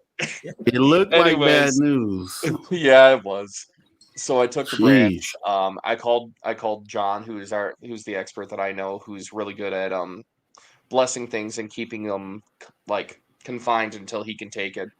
And he's like, listen, what you need to do is you need to take it and put it in a box. You need to put salt in the box. You need to put a ring of salt around the box. You need to take sage. You need to smudge the area that it's in. And then you need to not talk, like not be near it. Just leave it alone. Don't touch it. Just leave it alone. So as I started doing this, I got this all on film. I sent it off to Evan because I was telling him we're going to tell this story later on to our followers and stuff. But, I started putting salt in the box. I take the sides to cover it up, and as I close the last two to literally cover it up, it explodes inside the box. The branch literally just comes into multiple pieces. And last night, I don't know. Must be. Honestly, I've never seen anything like a branch do anything like this. The worst part was last night after this all happened, because I did this yesterday. I was laying here in this office. I have a bed. This is where Evan stays. And I woke up about 3 o'clock in the morning to something opening the door, and I couldn't move. I couldn't scream to my fiance. I saw a shadow entity in this room last night. Oh, and I think it is attached to the branch. That's really what I believe, because before we didn't have any of this in the house. I really feel like there's something here. Well, if But you I don't believe something, don't it's gonna investigate. happen. I don't Yeah. investigate in your own house. Like my grandfather always said, you don't eat where you shit. Well, And that is Right. his biggest thing. You don't hunt where you sleep. And I don't usually do that. then you get to know them. They're like, and it Well, could that's be, the thing. It's communication. You're opening that line, and then it doesn't stop. And I don't want to. This one, it reminds me. It's not the entity that tormented me when I was a child, but it definitely has similar characteristics with being able to. I had sleep paralysis. Basically, I was awake, but I couldn't move. I couldn't talk. And being 6'3", 300 pounds, I haven't experienced that in a very long time. So it's like it's Wow. terrifying to me. It's yeah, I haven't told any of the followers yet. This is not a story that's been out yet, but I'm glad you asked that question because I did want to share it. It's and by something the that we're going way, to put out there to we educate people not to take stuff we from these also film locations. everything. We film it We all. do. He calls me up and says, "Hey, I'm about to." I said, "Dude, where's your GoPro? Where's your phone? Where's your mic system? Get Right it there. set It's up." got a new battery in Because it, SD. every time he calls me, and this is storytelling, and this is something maybe we can start transitioning into talking about, is telling a story content. Okay, you guys want to be content creators? So do I. And I hooked in with Jack. He turned his 220,000 TikTok followers to our thing. Now this is our Right. thing. I'm like blessed. I'm like, oh, okay, I'm not going to take this opportunity and ruin it. I'm going to go up there and we're going to crush it. We did 5 days of just I'm still heading. There's just so much content. We just get in this. We get in the car. We put the GoPro in. We start talking. He calls me beforehand. I'd record the screen. I'd record myself talking. He would record the same thing. This is all content. I think what's cool, which I want to create, is like, look, I'm like a kid with this stuff. I love ghost hunting, right? I love it. Now that I've got a taste what it's really like, what it's pure, when it's just Jack and I, and we just, what if, and all of a sudden, we film it, it's just conjures, like, it's just like the TV gods, the gods of whatever, the paranormal filming stuff, because it's hard to get it on tape. And that's my thing, and I'm all about it. And I think it's fun. It's cool. And I've had something happen to me. Some person passed away dear to me. 2 separate people came to me and told me the same thing. And I'd like to know if it's possible that I can get a little, that person back. So how do I do it? Maybe a film. I could capture something. So Yeah. I think that's what we're all doing, right? We're trying to make it like, is this something out there that we don't know? Okay, let's just give it the benefit of the doubt and say yes. Okay, let's do it. Now let's go out and get it. Let's go maybe discover something. That's what I'm into. And I dig it, man. I dig Jack and his live thing and getting out there. We get rootsy, man. We get in the woods and we slip in. and then there's Bigfoot. Then what? You find Bigfoot. Right. Then what? He's wiping his Exactly. ass. You come upon him and you fucking IR light, and he's like, "Ooh," and then you know, it's like, Right. And I think that That's the biggest I think question I that's always get asked too. Is like, what happens if you do discover them? Like, what do you do at that point? It's like pose for a selfie. Like, I don't know at that point. I'm not shooting right. at them. Like, I'm I'm not Right. doing Right. that because that ain't gonna work. right. So I don't know. obviously, But these things are out there to be uncovered, and I think, like on the storytelling side of that, I think it's a real benefit that you have a professional cinematographer involved, because a lot of the research and filming that gets done on the go are done by just regular guys with the camera that don't really have the mindset on what to do on the fly and to catch something in the absolute best way that you can on the fly. So I think that's where you guys are really going. You'll be, as far as the capturing data part, it'll be really beneficial. And I just can't wait to see what you guys end up doing. I have a video of some of the evidence on the bridge. I'd like to show it to the audience. And Jack, you can Yeah. talk the Yes. radio folks. Okay. You can talk to radio folks through it. We'll see if I can do this. I have this for you, Jack, too. You put something up here. Okay. Yeah, this So is we'll just show like a that little after. bit of a sneak peek trailer. But yeah, Evan, go ahead and get yours ready. I'm trying. What I'm gonna do is, Jack, I'm gonna send it to this Facebook Messenger, the team here, I got you. and we'll do it that way. 'Cause for some reason, the browser's having trouble. So let me send that to you guys. But Jack, why don't you show your thing first? Yeah, I if you can go want ahead to and bring that go up. right ahead. Yeah, here we go.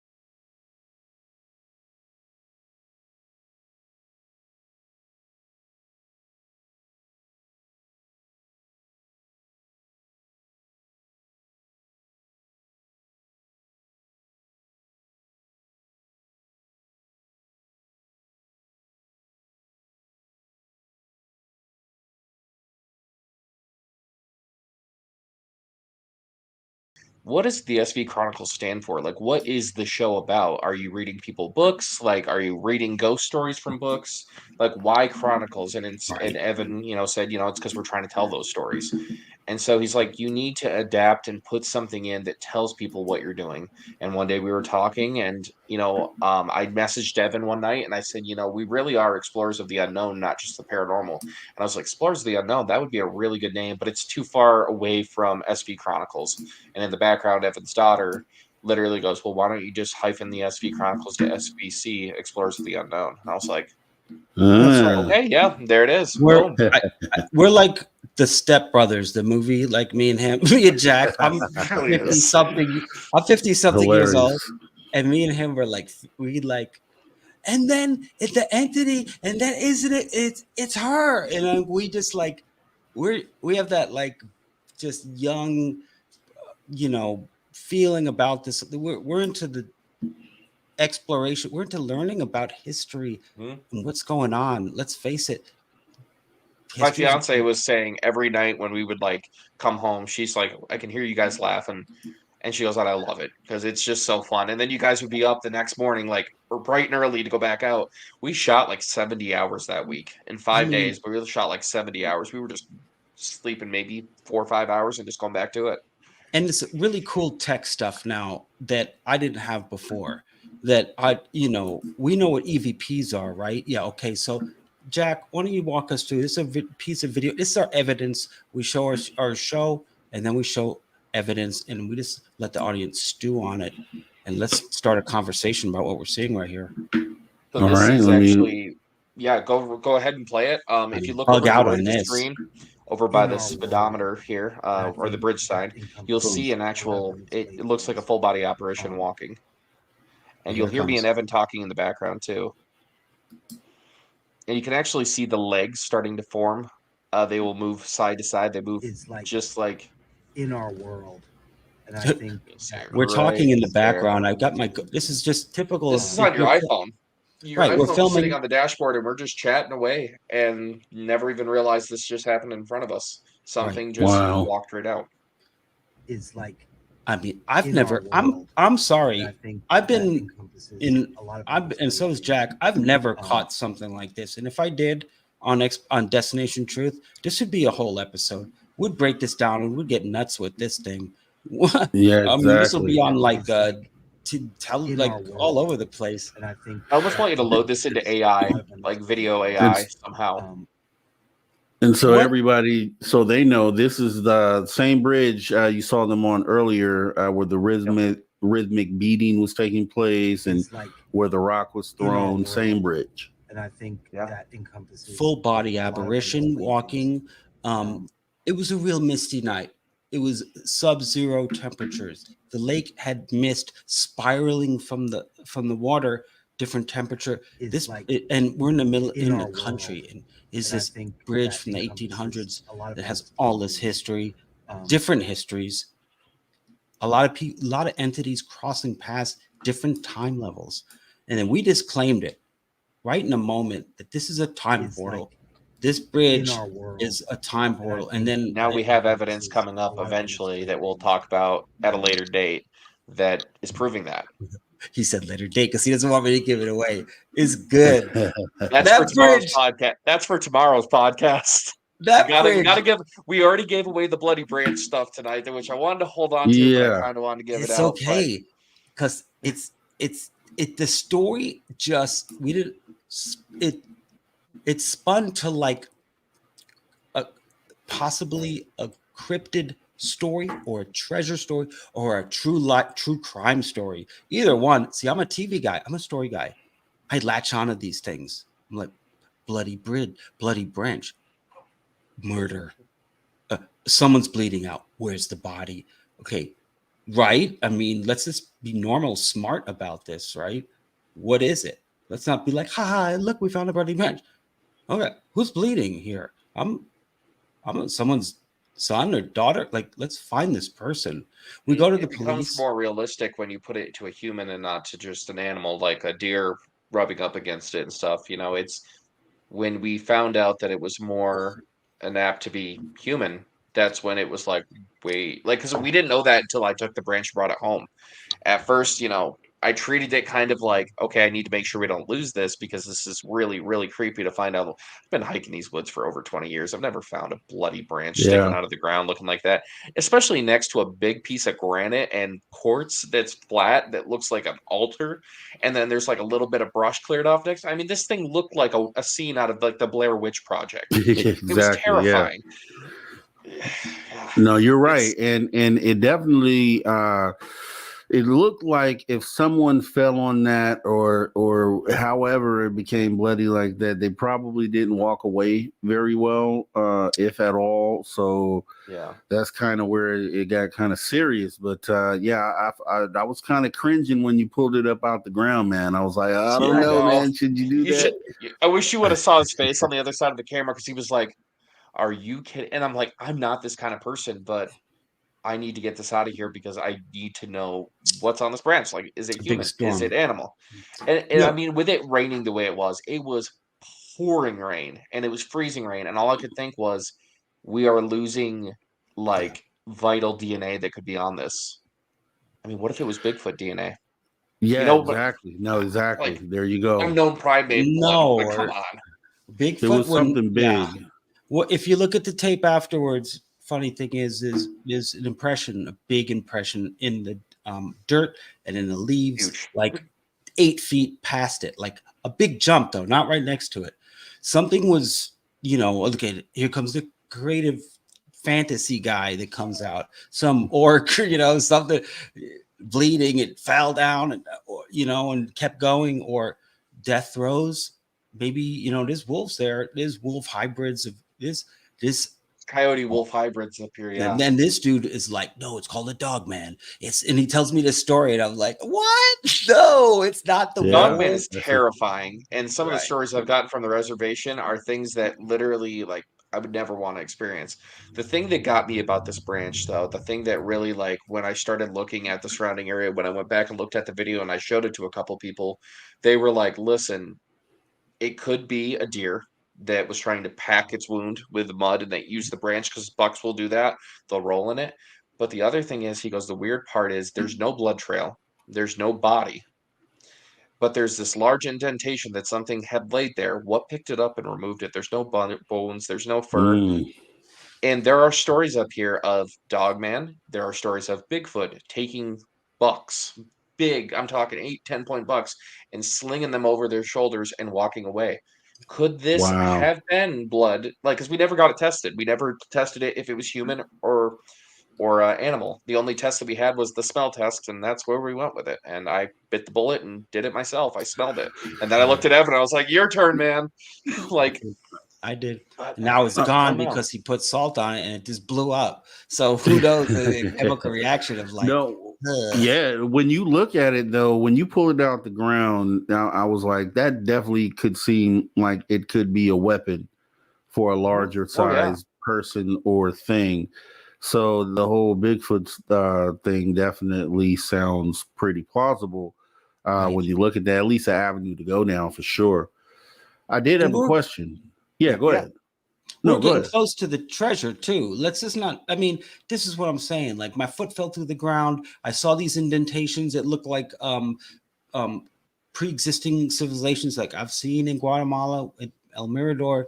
It's kind of a mathematical thing. We saw an altar, and I said, well, because look, you've seen enough of these ancient altars, and in real life, and you see it somewhere else, you think of it. It's not like I've been boots on the ground with Expedition Unknown, all these things. So I was just like, it looks like that. And then my foot fell through. And then we find this thing. It's like a warning, like someone's guarding this area. It's like, okay, curse of the treasure, There's a Yeah, lot and I of saw you caves. guys. I mean, what you had it seemed like you uncovered was maybe a cave system or something that was right there. Is that something you're looking further into, or? Yeah, I'm actually working on trying to acquire basically what Roto-Rooter uses, those cameras with the lights on the end. I don't want Yes. to get one of the Okay. cheap ones or anything because I know that some of them break pretty easy. But yeah, there's a whole labyrinth of caves underneath there, and then you have the thing is where it was found. There's this large, like I said, this large granite stone. It almost looked like either an altar or it could be something where let's say bipedal creature could prepare a meal there on that thing. Yeah, I I agree. mean, it's crazy, man. Yeah, it looks There's a lot old. there. In this area is Flint. I mean, come on. They First Nations folks, up in Canada. That's what these folks lived all around here. Let's not be silly here. These are all areas. This rock outcropping, anything that looks like pretty unique, was something, right? They live there. So Right. let's just use this rock outcropping. We could live here because the wind. I mean, come on, let's be real.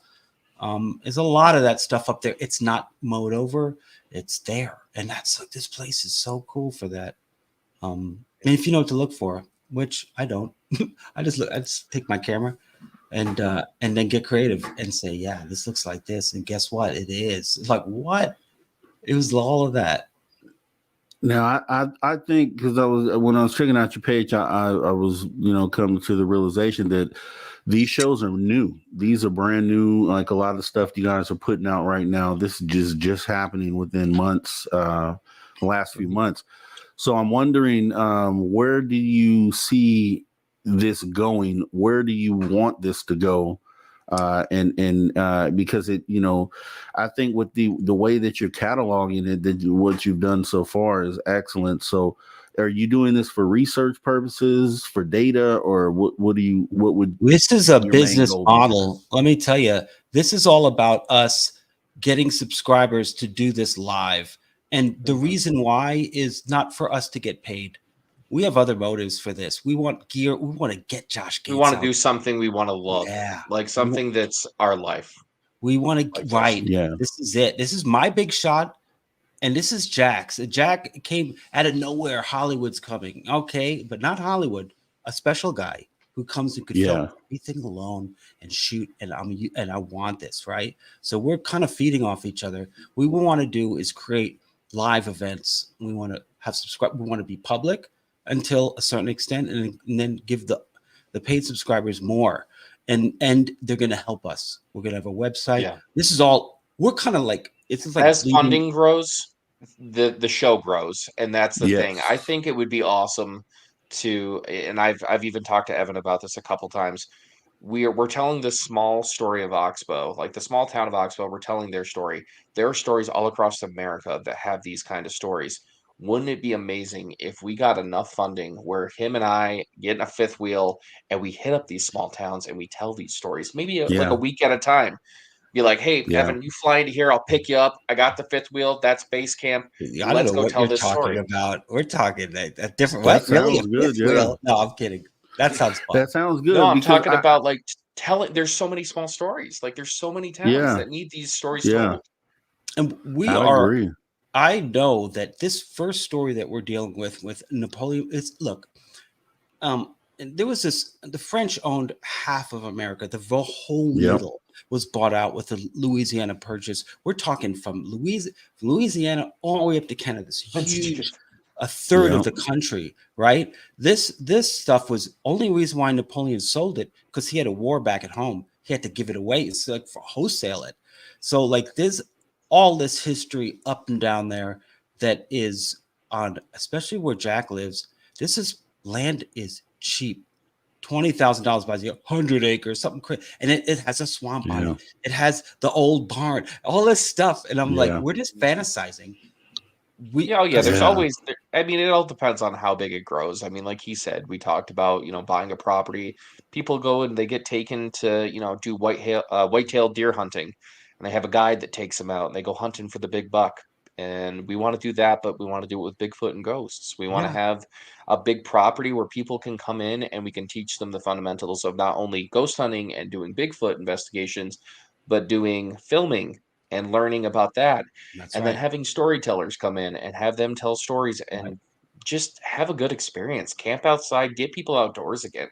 I think that's the biggest thing with this is so many people are stuck behind this right here. Like, as much as I love it, because this is why I'm able to do what I do, almost all of our lives we spend on here, and nobody goes out there and ever looks at the true beauty of nature. We're always looking at it through a lens like this when we're watching these mountains and these waterfalls, and we're not just going out there and doing that. And I think that's the beautiful thing about doing paranormal and cryptids. That's right. We do something that we're passionate about. We get to explore something that's unknown that nobody can be an expert in. No one can ever be an expert in the paranormal. Exactly. Cryptids, because you can't know everything. I'm glad you said that. I say that all the time. Yeah, what's here to know? Someone says I'm an expert. I'm all really like, isn't it a journey? It is. I'm glad it's a journey you said that never ends. Yeah, I agree. And no one is an expert in this, so we're all learning as we go. And it's definitely, from what I've viewed so far, is an awesome way to go about it. It's palatable, and obviously every episode is going to get better than the last. So, yeah, I can't wait to see the evolution of what you guys are doing there. I did have a question about, obviously we're into the woo here, Space Out Radio. what would be, and it doesn't have to just be with this project, but what would be probably one of the strangest outings you've been on, or something that you may have caught or saw that would just blow everybody's minds? I can. You want me to go first on this one, Evan? Sure.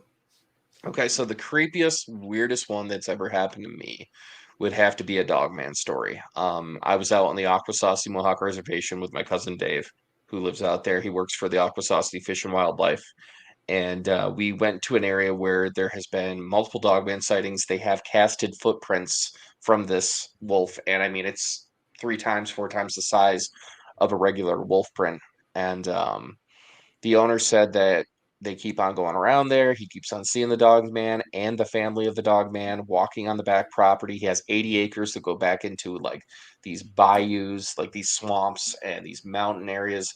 And we asked him, "Hey, do you mind if we go out there one night?" And he's like, "Yeah, sure." I looked at Dave. I said, "Let's get in the truck." So we get out there, drive about mile and a half in. And we're sitting in the truck and goofing around because we're a lot like how me and Evan are. We just start goofing around, laughing, having a good time. Got the windows Yeah. cracked because it's it's a warm summer night. And all of a sudden, out of nowhere, on TikTok Live, my antenna for my CB radio gets ripped off the roof, and it literally in park, and it's just and it falls over.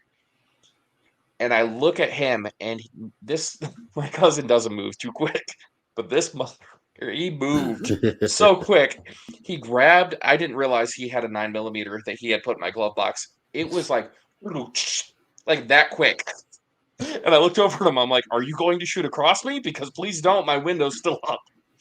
And we ended up getting the truck and drive, and we left like fast.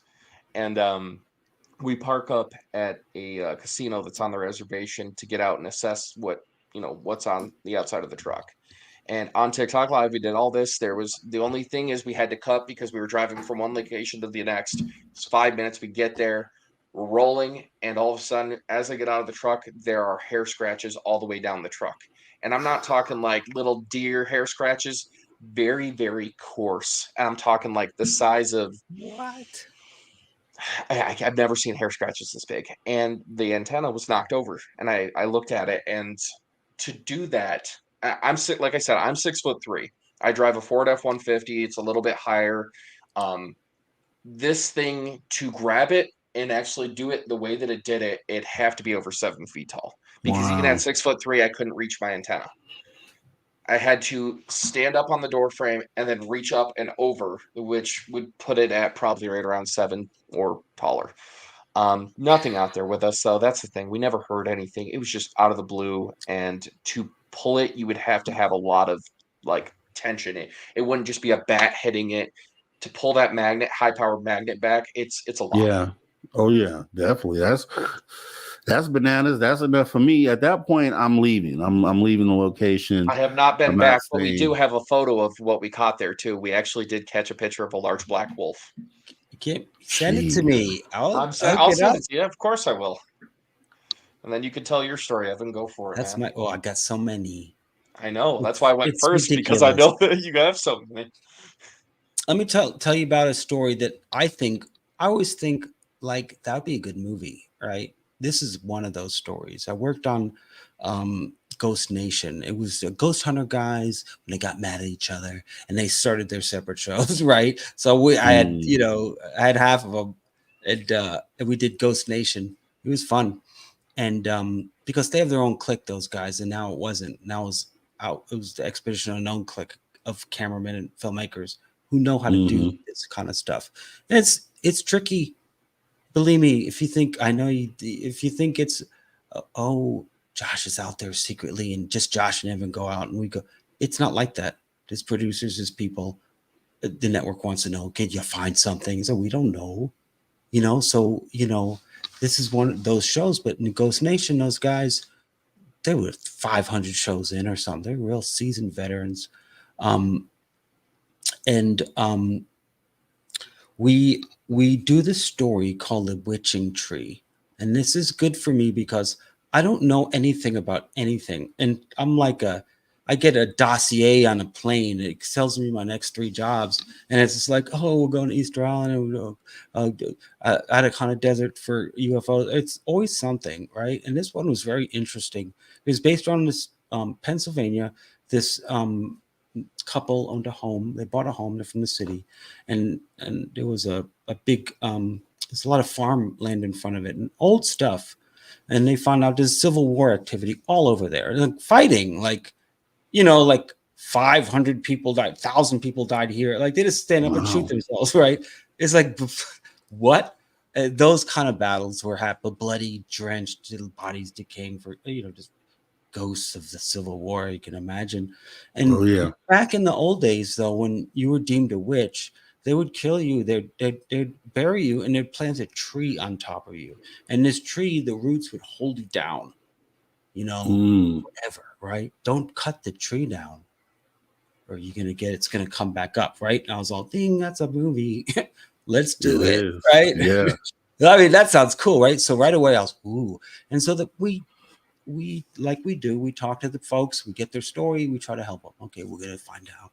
We're going to, you know, do everything possible. We went to this tree that was I shot. It was in this field, this big, scary tree, old, enough rings to be in that time period, sitting right there. And the dreams that these couple were having, the same ones, was about this tree and something about the tree.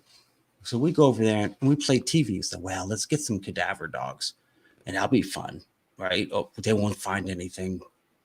So we hired these legit cadaver dogs, police folks, to come play with us, right? Let's play TV, right? Sure enough, these dogs go there and they just stop and they point at the leaves, and we're like, of course, filming everything. Like, what? This is now becoming a crime scene. So sure enough, just like, you know, what happened with Jack and I, it's all of a sudden, you know, those dogs go into that mode. They smell something. That's it. That's a new deal. No TV show. We're calling the police, right? But the police also know that Pennsylvania is a place with a lot of Civil War stuff, and so they're kind of half lax. They come down and they say, no, it's most likely old. You know, they have a lot of cases of weirdos who cause. We gotta go. We got something. You know, so they want to see a body at this point, understaffed. So we asked the owners if we can cut the tree down, like with a bulldozer.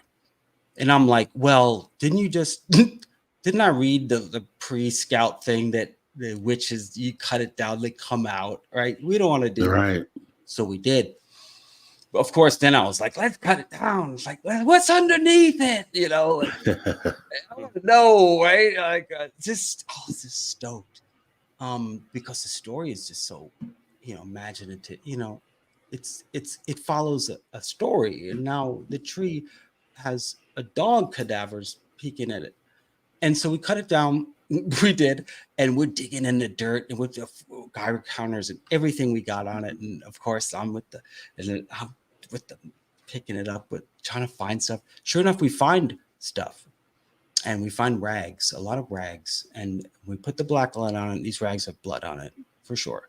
And so it's Civil War, deemed not a witching tree, maybe though. I mean, what are you going to find there?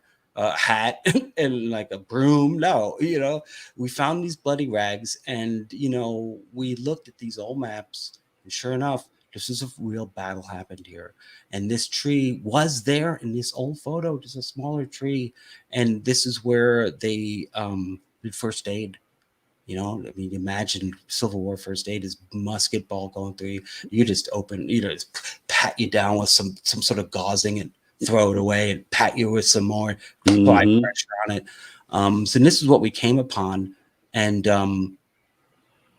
it was really an amazing story that really played out in a way that was really interesting for me, because I learned a lot about history. And this is really my bug to doing all this, is like, yeah, you can imagine ghosts. We didn't ghost hunt there. You know, we just found out the story, but that would have been the next step. And guess what? Jack and I would have done it live. You know, that's what we're talking about. Hooking you with the story and then going live with it. And so that wasn't a paranormal story, but it was a very like I said, the things don't just come to me. There would be someone else like Jack getting the reaping the rewards of me finding all this stuff and trying to film it. That was really interesting. Besides the fact that I got blown away by a ghost in Romania, finding Chernobyl, me ghost hunting in Chernobyl was an eye opener as far as shadow creatures. I mean, I'm in a radiation suit. I'm not taking it off. I'm claustrophobic. If anyone knows me, I'm going through this phobia stuff. There's this fucking panic attacks in this thing. But I have this astroscope, which is a military grade, like, looking through the dark and seeing stuff. And I'm like, what's that? And it's all shadow creatures. What? It's like when you have this mind of you don't know what's going on and you see it, it's really impactful. And that whole night was like, we're the only people ever to go ghost hunting in Chernobyl, full blown, like anywhere you want, go ahead, $5,000 gets you anywhere you want. So that was cool. That's pretty awesome. Chernobyl, I could almost I got pictures. Oh, you do? Oh, okay. We got to see those, man. Definitely. So I get it. Going back to the show and the episode that you done with Caroline. What the town, the locals there, have they shown appreciation in what it is that you're doing with uncovering these things, the history of all this? Do they see the value in that? Yo, absolutely. I mean, we've had the town historian, the historical society come out and meet with us, multiple members. The lady that owns the Bonaparte house, Jeannie, she's absolutely amazing. Definitely knows a lot about not only the history of the Bonaparte Bentons, but of the town itself. And it's hard. It's hard with historical societies because, there are so many people out there that are disrespectful and they change the stories and they tweak them and they make them. Some historical societies don't want to work with people like that. They want to have the actual history told and preserved, and that's what me and Evan do. And so there's been other members of the historical society who let us into their house, not to film, but to show us, the area, gave us an original map of Oxbow from the late 1700s, early 1800s, a copy of it. So it was a great time, and they're definitely happy to see that story told, and not just the people of Oxbow, but the people of upstate New York have really loved it. We've been in the paper. We just got published in the paper not too long ago, and it's fun because it's an area I grew up with. It's where I began being a ghost hunter, and it's amazing because the history is beautiful here. It's beautiful and it's dark at the same time, and I think it's a good balance. Local boy done good. Jack Vaisey joins with Hollywood producer and becomes one of the best ghost hunters in the world. But yeah, in all seriousness, honestly, it's a great thing to be able to tell the story. I do have photos, if you don't mind if I share them.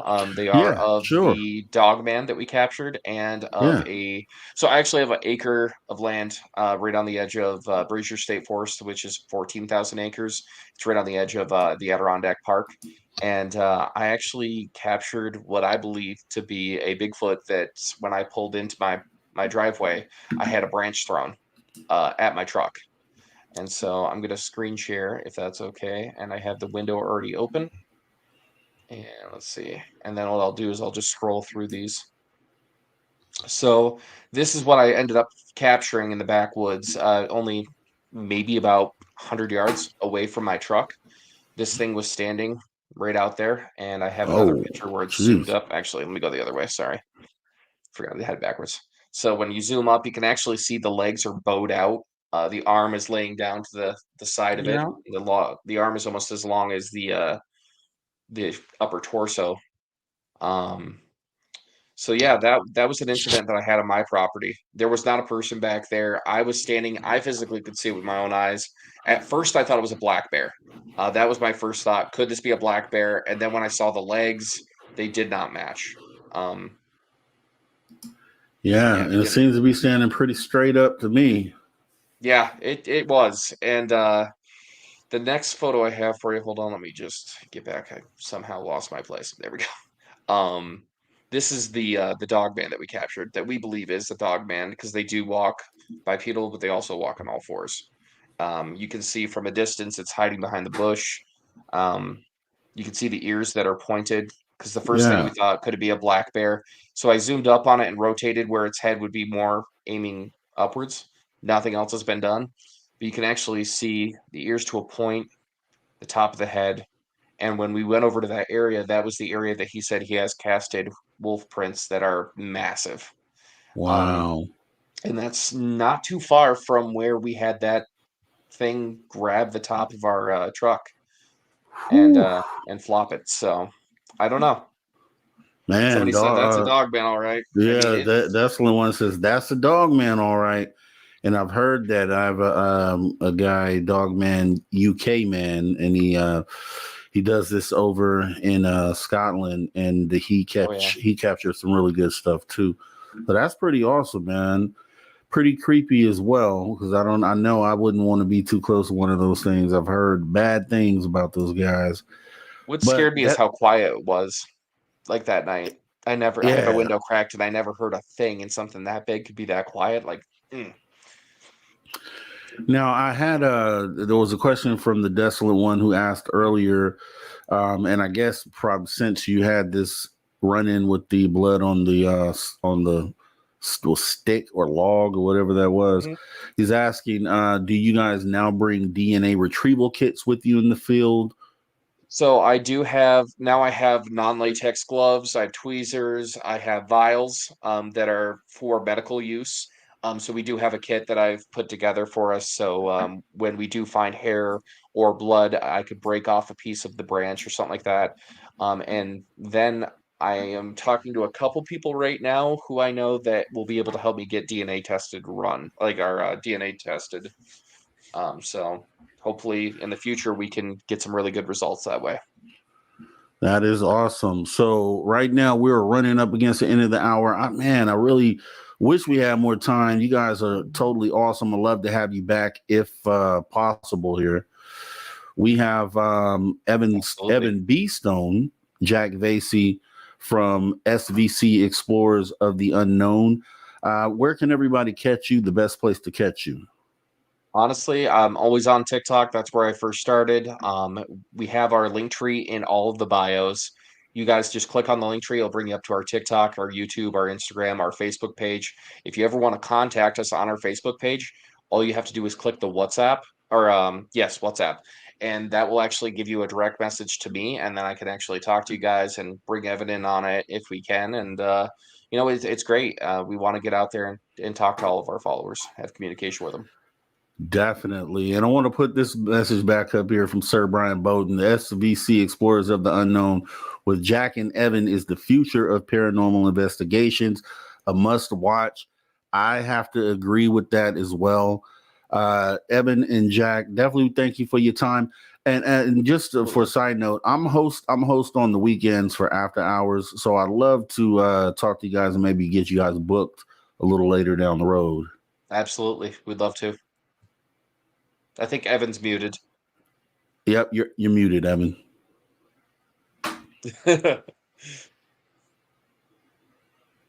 Oh, his mic may have gone out. Because yeah. Oh yeah.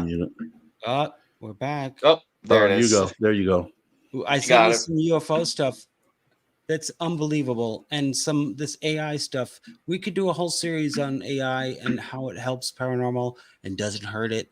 It's not going to take over your job. It's going to help you clear up some of these photos and really get into it and some video stuff. And I can help you through that. That might be cool. Have the viewers send you some stuff. Let me get into it. Set something up with that with a podcast with you in the future. Maybe that could be something we could do. Yeah, that's what we will do, because I'll send you my videos as well, and then maybe we can go over all that on the After Hour show.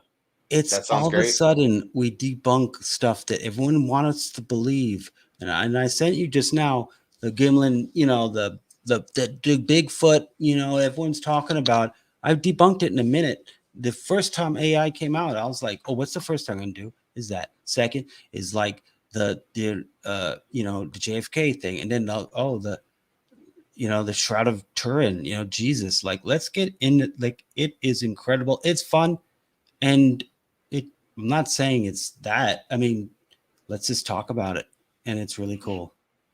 Yeah, well, we're gonna do this sooner than later. So I'll do it. talk to you guys after the show. I'll send you a note, and then we can set something up for soon. Sounds great. I appreciate you, by the way. You get us, and you're smart with it. You're like what we hope people get out of us.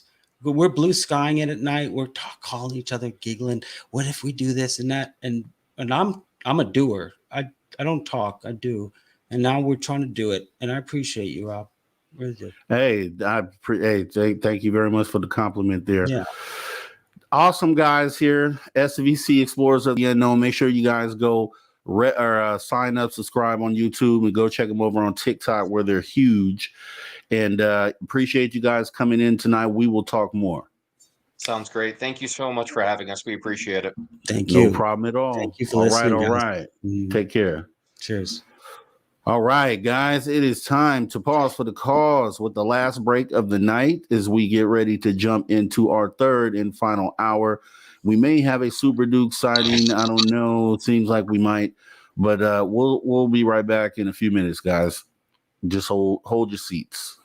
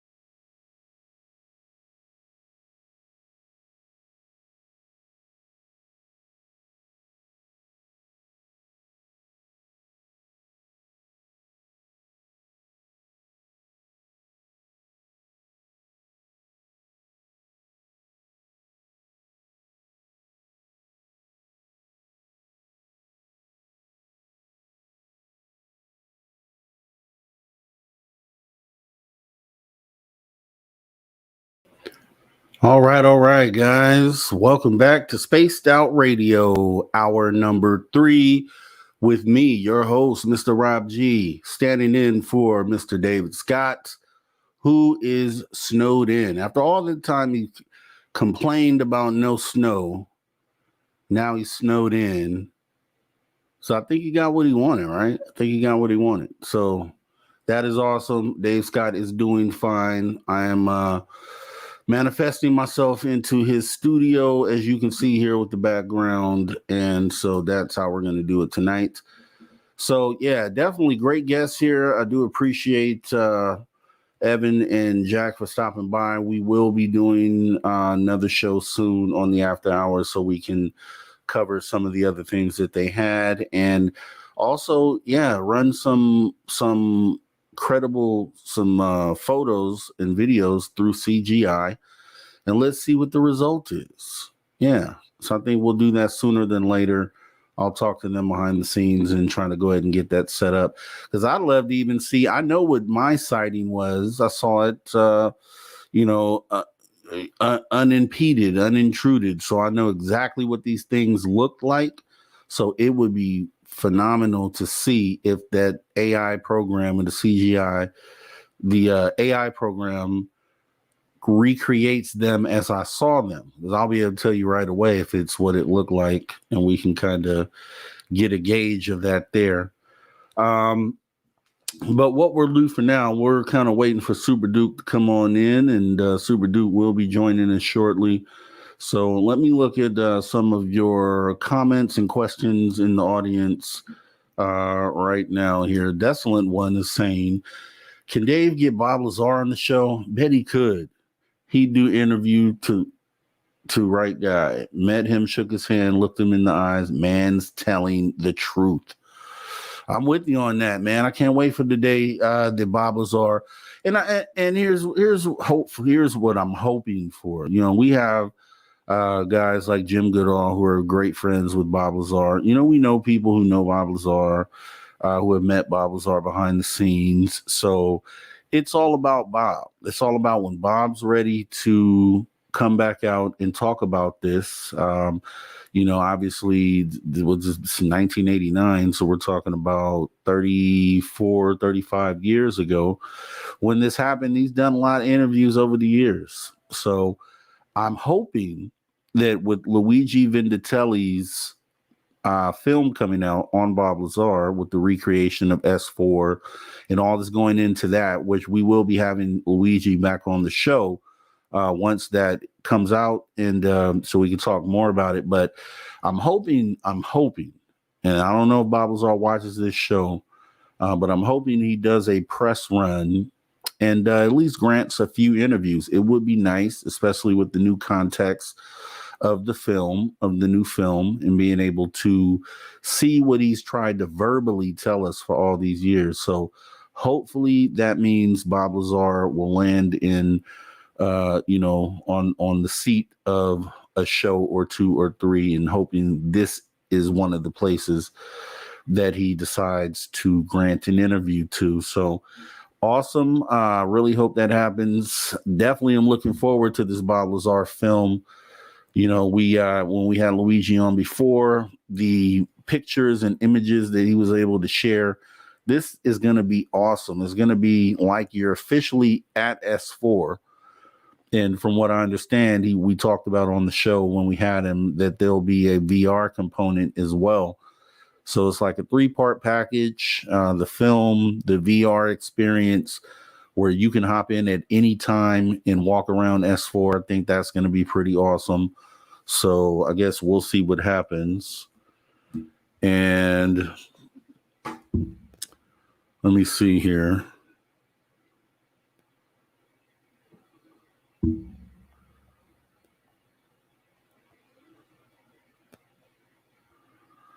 You know, if this were the after hours, we would be jumping into some audience engagement stuff, trivia, things like that. And if we have time, I don't know if we will for this show, but we will definitely kick this into the weekend show. So, you know, Mothman took took the crown home last time, and we'll see who does it this time. So we're gonna get that going for sure. But guess we can talk about some other stuff as we wait for the arrival of the incomparable Super Duke. So so I probably am going to do a show on the Social Dig here. I was thinking about maybe tomorrow, and I think the topic will be like, why are these ETs here? I think I talked recently about, and I've mentioned some of these things recently about, just the tone, the change in tone when it comes to these spokespeople, I guess is the best way to put it.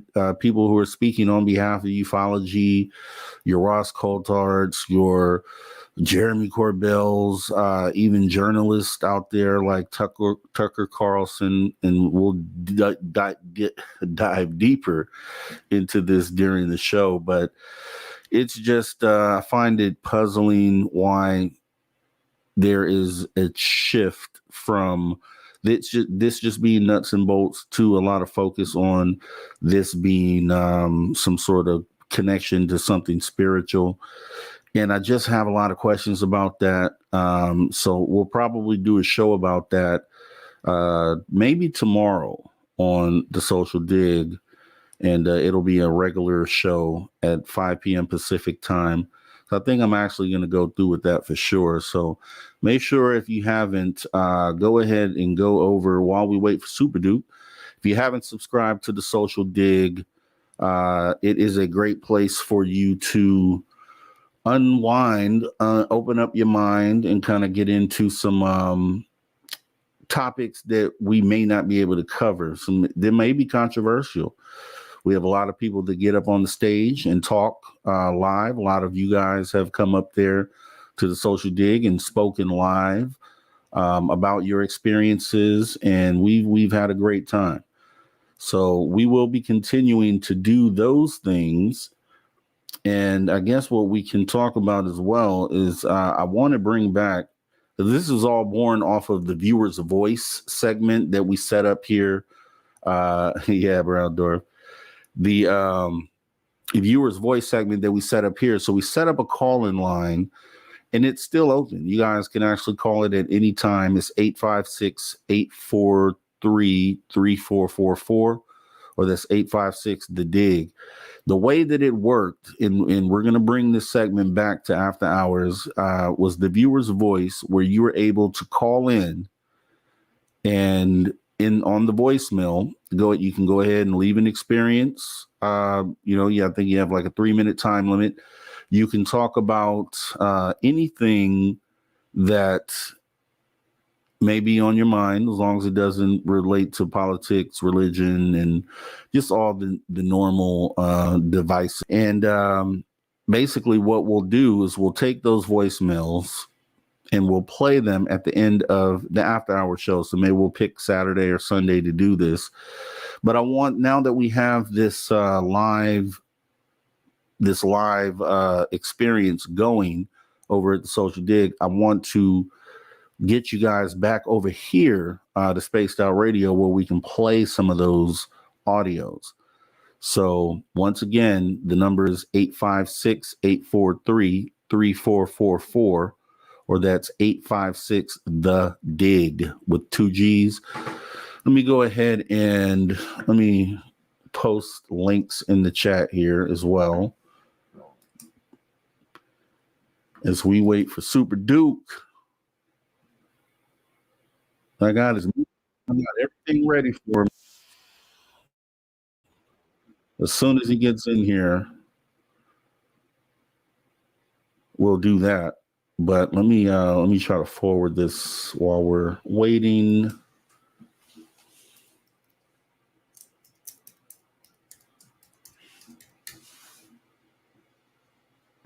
Okay.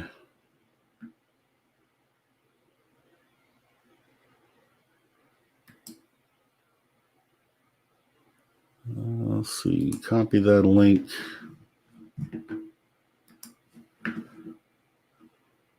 right, let's go ahead and put this in the chat.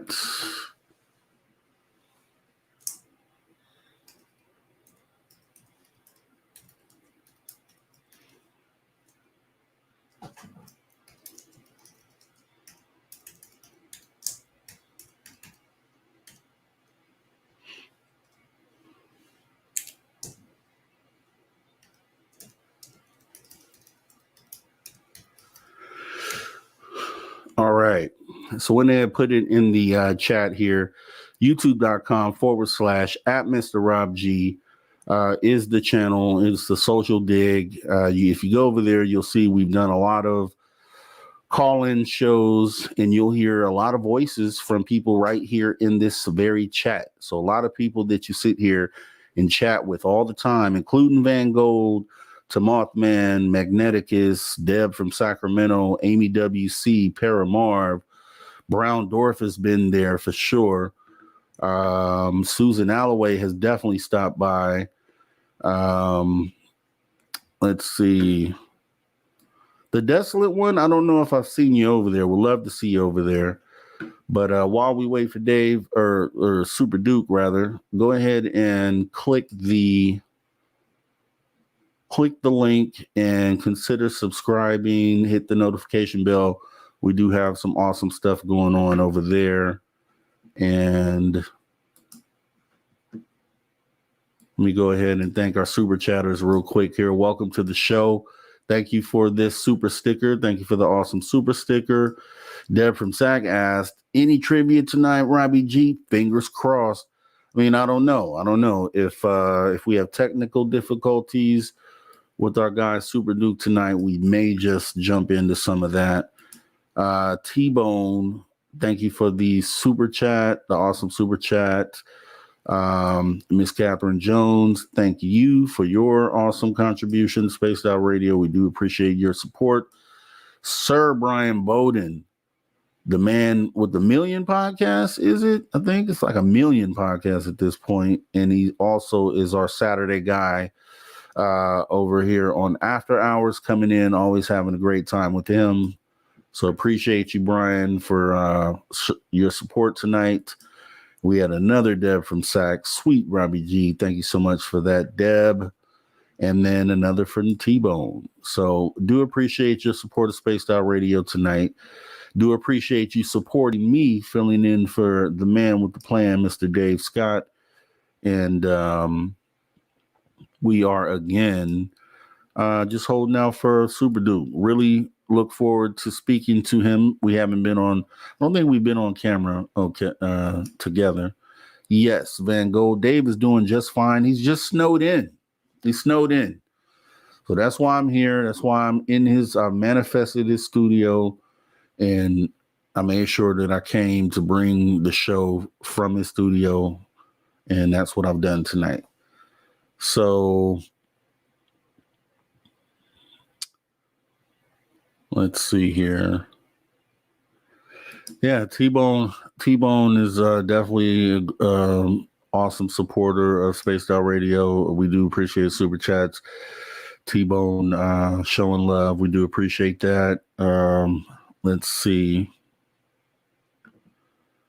Oh, thank you, Deb, from SAC. Best feeling ever. Hey, like I said in the beginning, it's big shoes to fill, man. It's big shoes to fill. Okay. Dave Scott is Dave Scott for the reason that he is Dave Scott. Rob G is Rob G for the reason that he is Rob G. I think we do make an awesome team, though. And, it's pretty, there's never going to be a time where if it's available that I won't stand in for my guy, Dave Scott. So always going to do that. Hope you guys have enjoyed the show thus far. Maybe we'll get Super Duke tonight, but maybe not. If not, it'll be okay because we'll still do what we need to do to close out the show. And it may just have to be what Deb from Sacramento is asking for. But okay, so I'm gonna say this, Deb. If we did trivia tonight,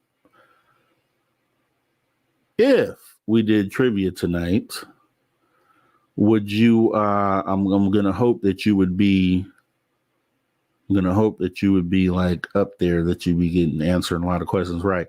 And we've done a lot of the same questions and answers over.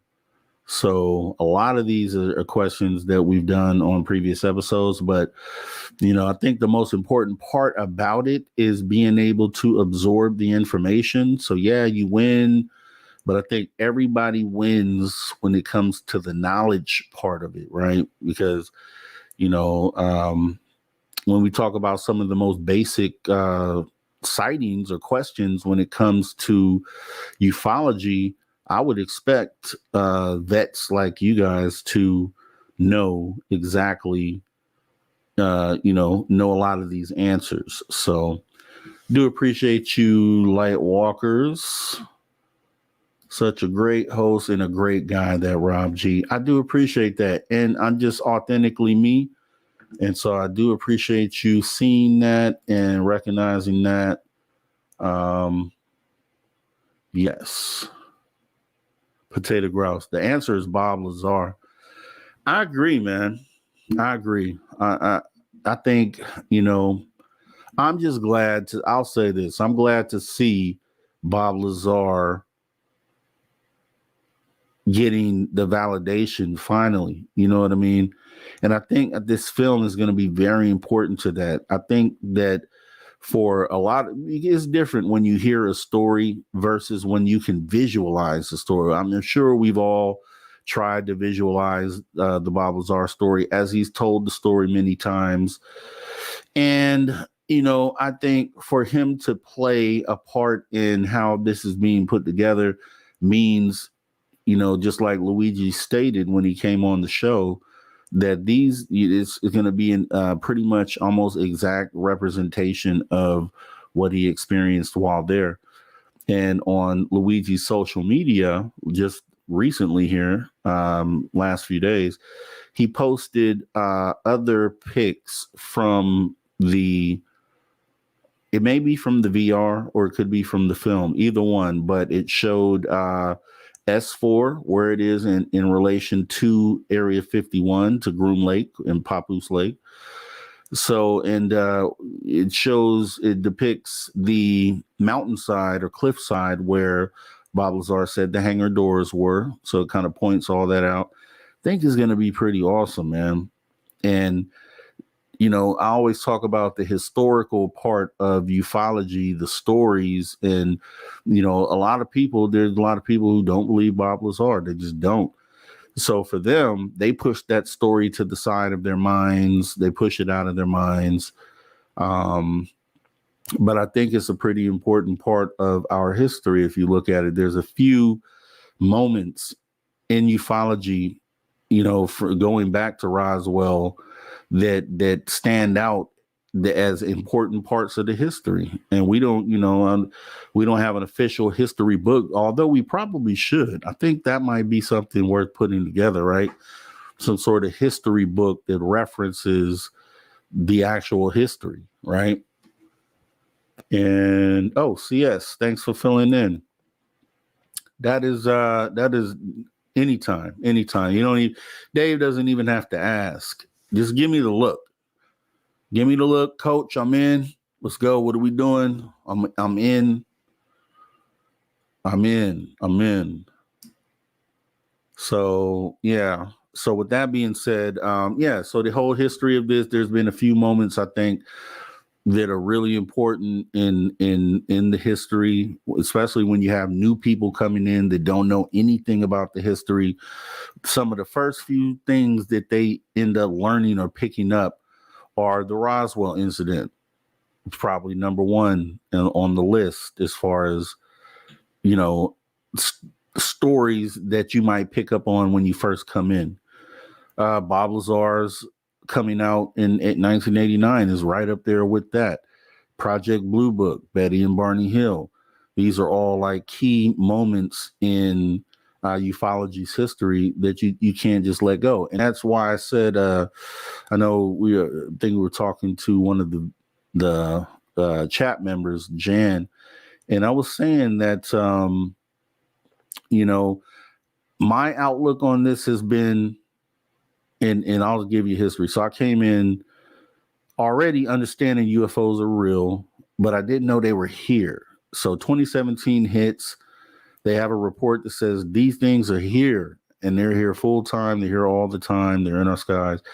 So it blew my mind so much that I immediately dove into absorbing all the data that I could on what's going on. I mean, literally for years, until, you know, I pretty much had gone back to the beginning and studied all the cases. And here I am today. And I'm just like, it just blows my mind where we're at with it and how we got here so quickly. To me, it seems quickly. To lifelong ufologists, doesn't seem as quick. But, you know, I think we're in a good place. I really do. I think we're in a good place.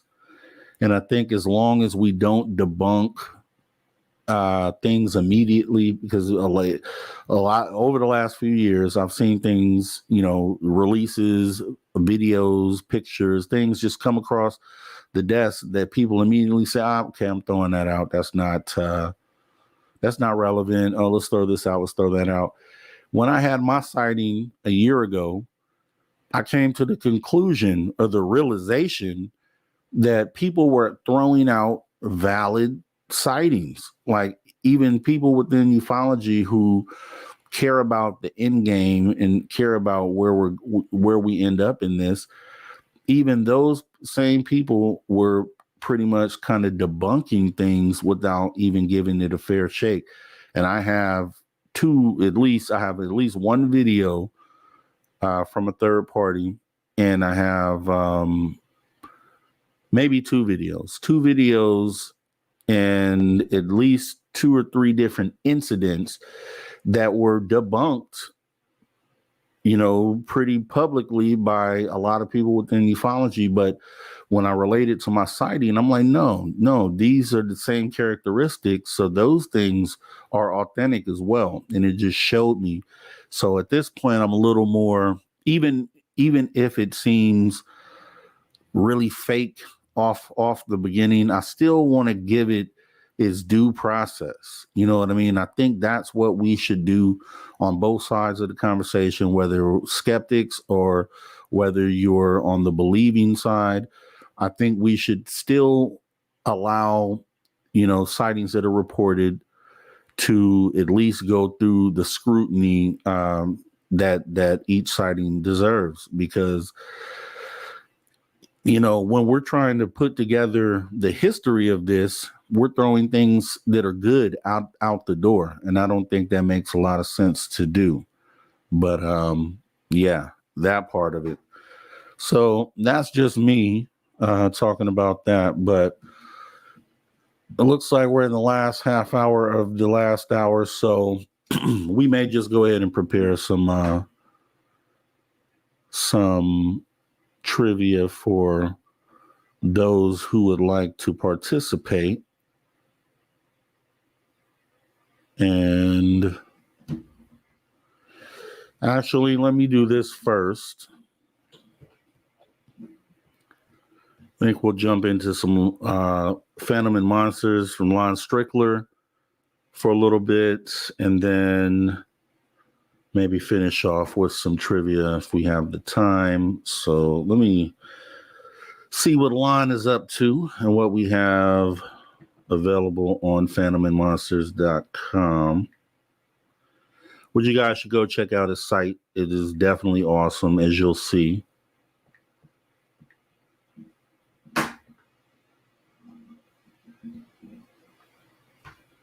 Phantoms with an S, guys.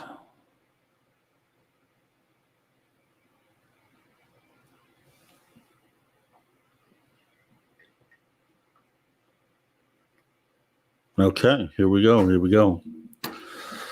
All right, so I'm going to go ahead and we'll go ahead and kick up one of these stories real quick here. So we have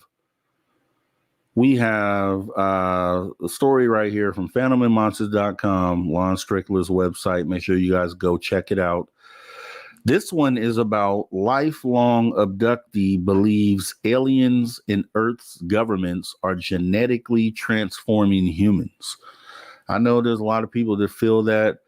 I don't know how I feel about it. I'm open to the conversation, but this is a person that wrote into Lon. Okay, so we have an abductee describes her first experience and why she believes that these alien beings in our government are working together to genetically transform the human species. And Lon says, I received the following account. The letter states, I'm a 43-year-old woman and have been abducted 3 times that I can at least remember. It started when I was 12 years old. I was in my bedroom stargazing out of my window in Arlington, Texas at around 11:15 p.m. on November 22nd, 1992. I saw a light moving in the night sky that moved slowly south. It was not blinking. It was like a hazy ball of white light. It would stop and go frequently and move in one direction, then disappear and reappear, going in another direction. I noticed it getting brighter as if it were getting closer to me. All of a sudden, it stops and a beam of light comes straight at me. I fall back off of the table I was sitting on, and I can't see anything but white. My eyes were blurred and couldn't see anything but light. I got cold and felt like I was floating. Then I am all of a sudden in the presence of 3 beings, and I'm lying on a metallic table. The beings were short and skinny with long arms. Their heads were elongated and their bodies were like a pale human with tinted skin of gray and had a texture of scales on their body and wrinkles on their face, especially near their eyes. Their eyes were slanted and large, black, shiny eyes. When they blinked, their eyelids were transparent like a reptile, almost clear. They had a small mouth and almost like a frown. I felt as if I was in a trance state. I could move, but was too scared to. So I lay there and looked down at the straps holding my arms and legs. It looked like the type of flexible metal, but soft. They poked me with the needle that came down from the ceiling, and a monitor was floating around me, and I could see myself on the monitor, like a floating TV going all around my body. I began to scream, and the one being, who I believe was older and possibly male in gender, looked at me and spoke to me through my mind in a robotic-like human voice and told me I had nothing to worry about. All of a sudden, I looked at him and thought, what do you want? He responded, we are here to help you. We are of many and we are one of the same. I asked, what do you mean we are the same? He looked at the other 2 beings, and then the other smaller being said in a female robotic-like voice, we protect your race from others who want to harm you. I kept asking questions and they began to ignore me. They put a film of clear, soft, silk-like material over my face, and I don't remember anything after that. I woke up in my bedroom on the floor and wobbled my way to the window, and they were gone. I looked at my clock, and it was 11:34 p.m. It had only been 20 minutes or so, but it felt like hours had gone by. Throughout the years, I have had multiple abductions, and it's just not something you go telling people without getting a weird look. Back in 2012, I began a blog online and explained many of my experiences. My computer would constantly crash and even catch fire during a live chat with another person while chatting about our experiences online. It began to make me nervous to go online researching things like this. I feel as if I'm being watched by our government. Through many of my abductions, I have learned that the government is working hand in hand with them, and it is bigger than I realize. Something is going on, which I believe is a new form of genetic transformation of the human species. Ooh, that's heavy. That's a heavy story. Now, the one part that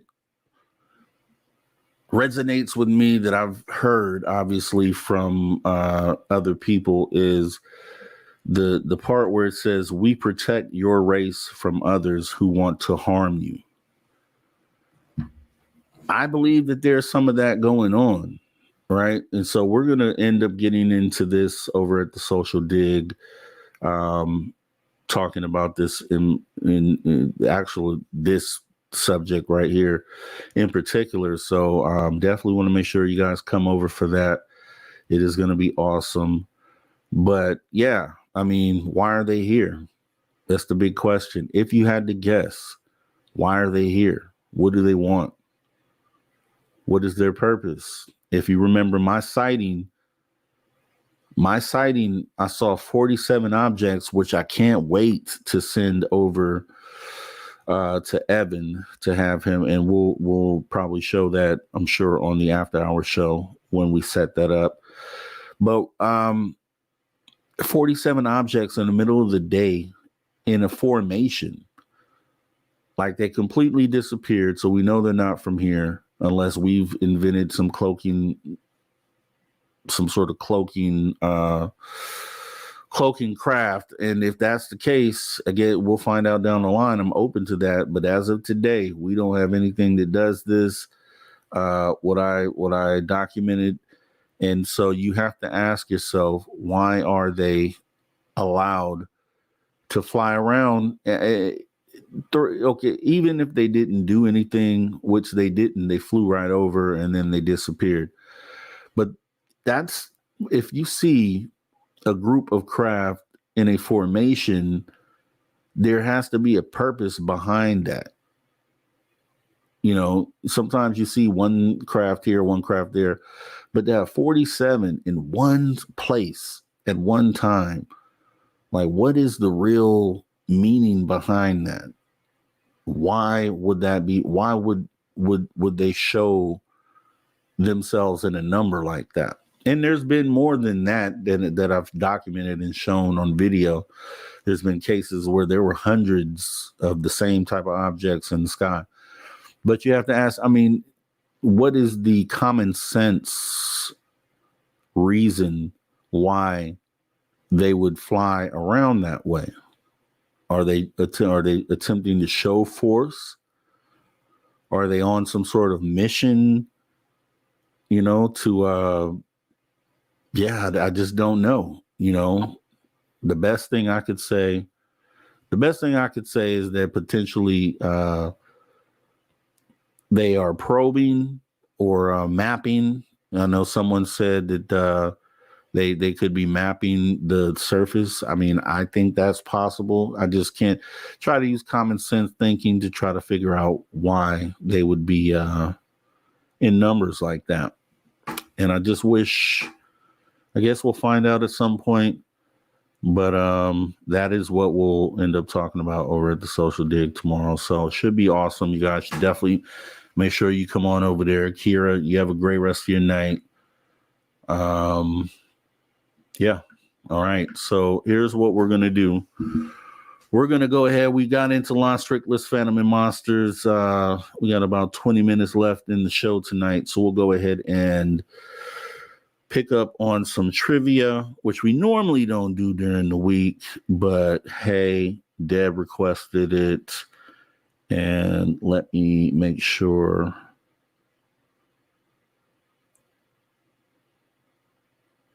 Try to mix these up a little bit so you guys are feeling good. Okay.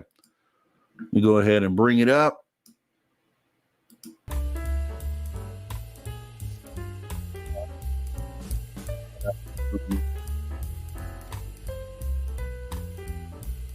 Doesn't seem to be playing correctly. Okay, there we go.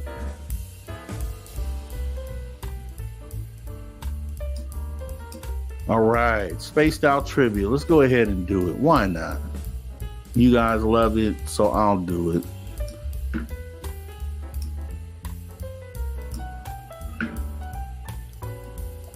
All right, so let's go.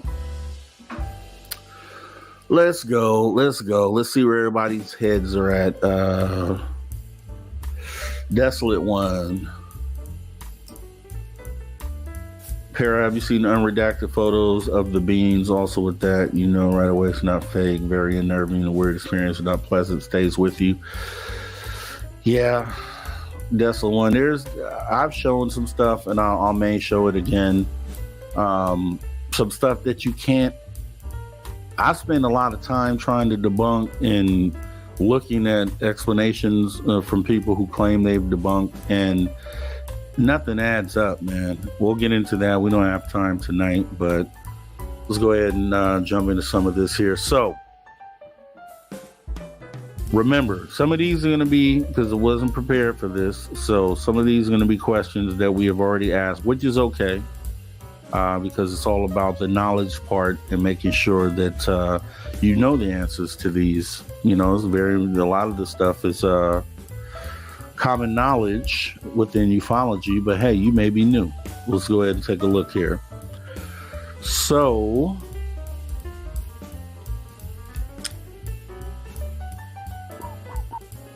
okay, what organization was founded and dedicated to the scientific study of unidentified flying objects and is often cited in UFO research? Which organization was founded and dedicated to the scientific study of unidentified flying objects and is often cited in UFO research? All right, and I forgot I gotta use the YouTube chat for this. So it looks like Lightwalkers got it. It is MUFON. All right. Okay, let me make sure we get some good ones in here. Okay, in the Betty and what is the name of the alleged alien encountered by Betty and Barney Hill? So what type of alien did Betty and Barney Hill encounter in 1961? A case widely publicized as the first alien abduction report. What type of alien? Okay. Van Gogh, gone with the Greys. It was the Greys.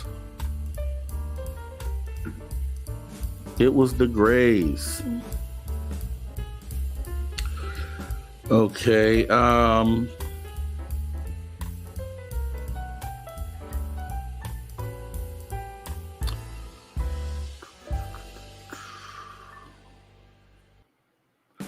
what is the name of the UFO incident that occurred over Washington, D.C. in 1952 involving multiple radar detections and visual sightings? There's a few answers for this. I'll give you the closest one. I don't think you can get really specific with this one. But what was the name of the UFO incident that occurred over Washington, D.C. in 1952? Okay. I'll take that one. I'll take Tom Mothman, DC flyover. I'll take that.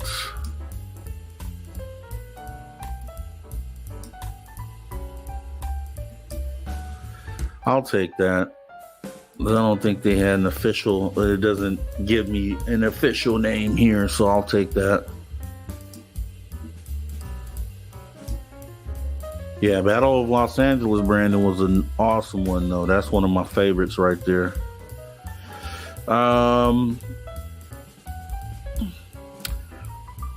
What is the name of the alleged crashed UFO incident that is said to have occurred near Roswell, New Mexico in 1947?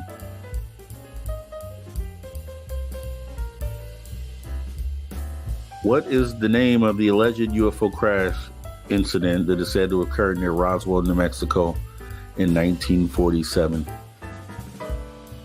Yes. I'll take the Roswell incident. That works.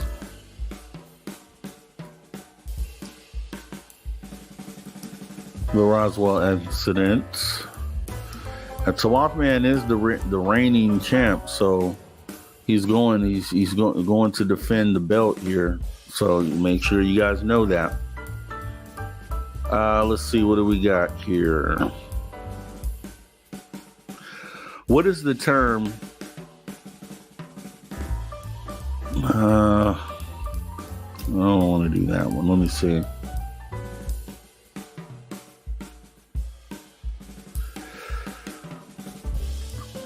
Which U.S. state is known for its frequent reports of UFO sightings and is sometimes referred to as the UFO capital of the world, and also featured the Phoenix Lights? What state is this?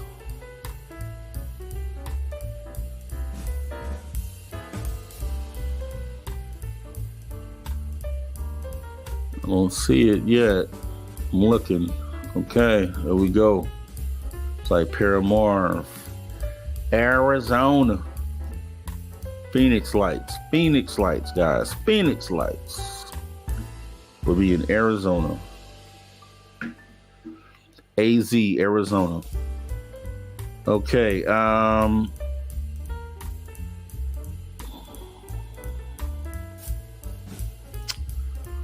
let's see. Okay, in 1947, an event in Roswell, New Mexico became famous for UFO speculation. It was initially reported to be a crash disk, but what did they change it to the next day? Roswell, New Mexico, originally reported as a crash disk. What did they change it to the very next day? Like we don't know any better. What did they change it to? I see the answer here. They had nerve to come back and say that this crash disk was now all of a sudden a weather balloon. So anybody who knows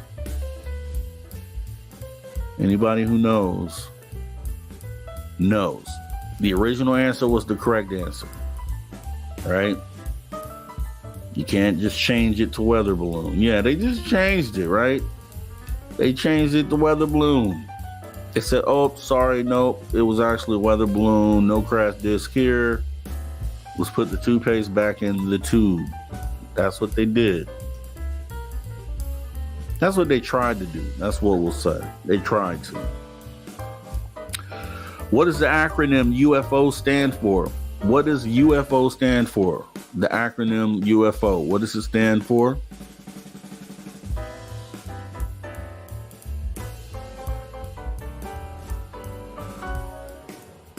UFO. This is one of the most common ones out here.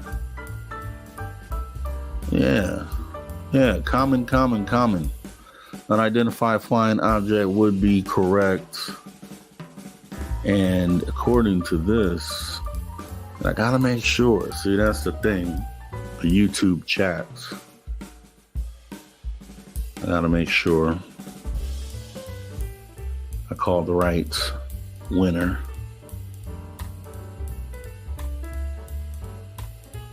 Okay.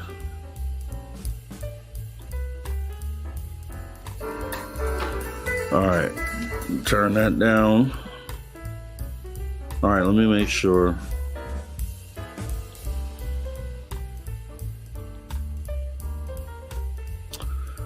Okay, the first unidentified flying object I see on YouTube chat comes in from Van Gold.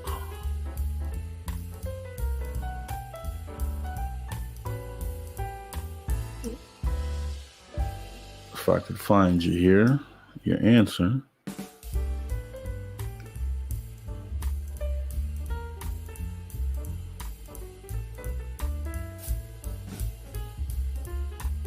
There we go. Okay, YouTube says it was Van Gold, so Van Gold gets that one. We'll go ahead and take that, and let's go ahead and get to the next one here.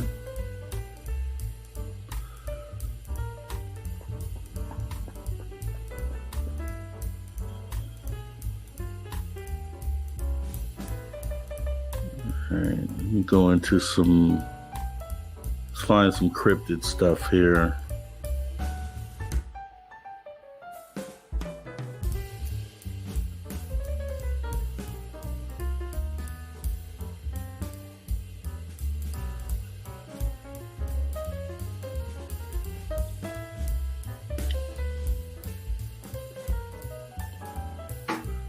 1 second, I had it here.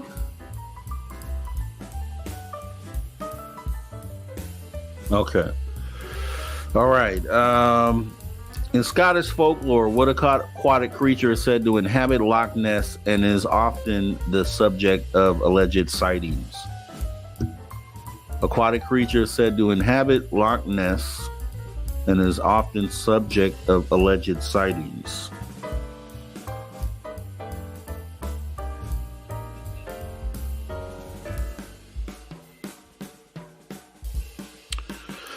Yeah, appearing into this potato grouse said Nessie. And that is the answer. The Loch Ness Monster or Nessie.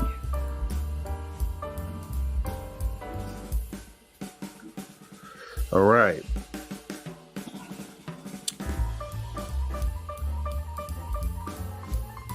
What legendary creature often depicted as a serpentine monster is said to inhabit Scandinavian waters? What legendary creature is often depicted as a serpentine monster and is said to inhabit Scandinavian waters? Looks like Tomatman just unleashed it on you. It's the Kraken. Tomatman just unleashed the Kraken. It is the Kraken. Put that in your mental database. It is the Kraken.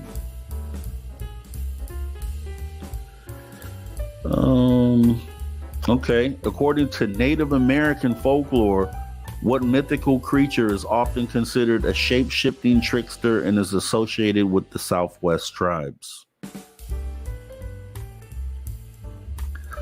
According to Native American folklore, what mythical creature is often considered a shape-shifting trickster and is associated with the Southwest tribes?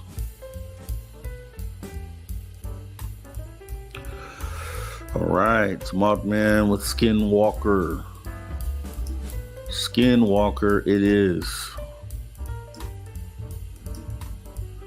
It is a Skinwalker. What cryptid, often portrayed as a large winged creature resembling a bat or pterosaur, is reported in the skies of Point Pleasant, West Virginia? What cryptid, Point Pleasant, West Virginia, winged creature resembling a bat or pterosaur?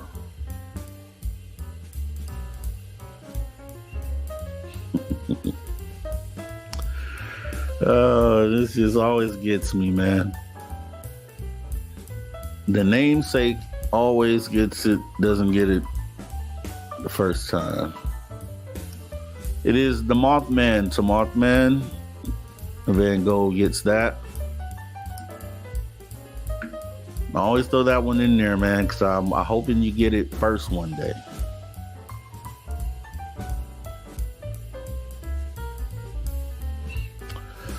All right, we'll throw another one out here as we should be just wrapping it up here. What North American cryptid is often described as a hairy ape-like creature and is said to inhabit remote forests, particularly in the Pacific Northwest?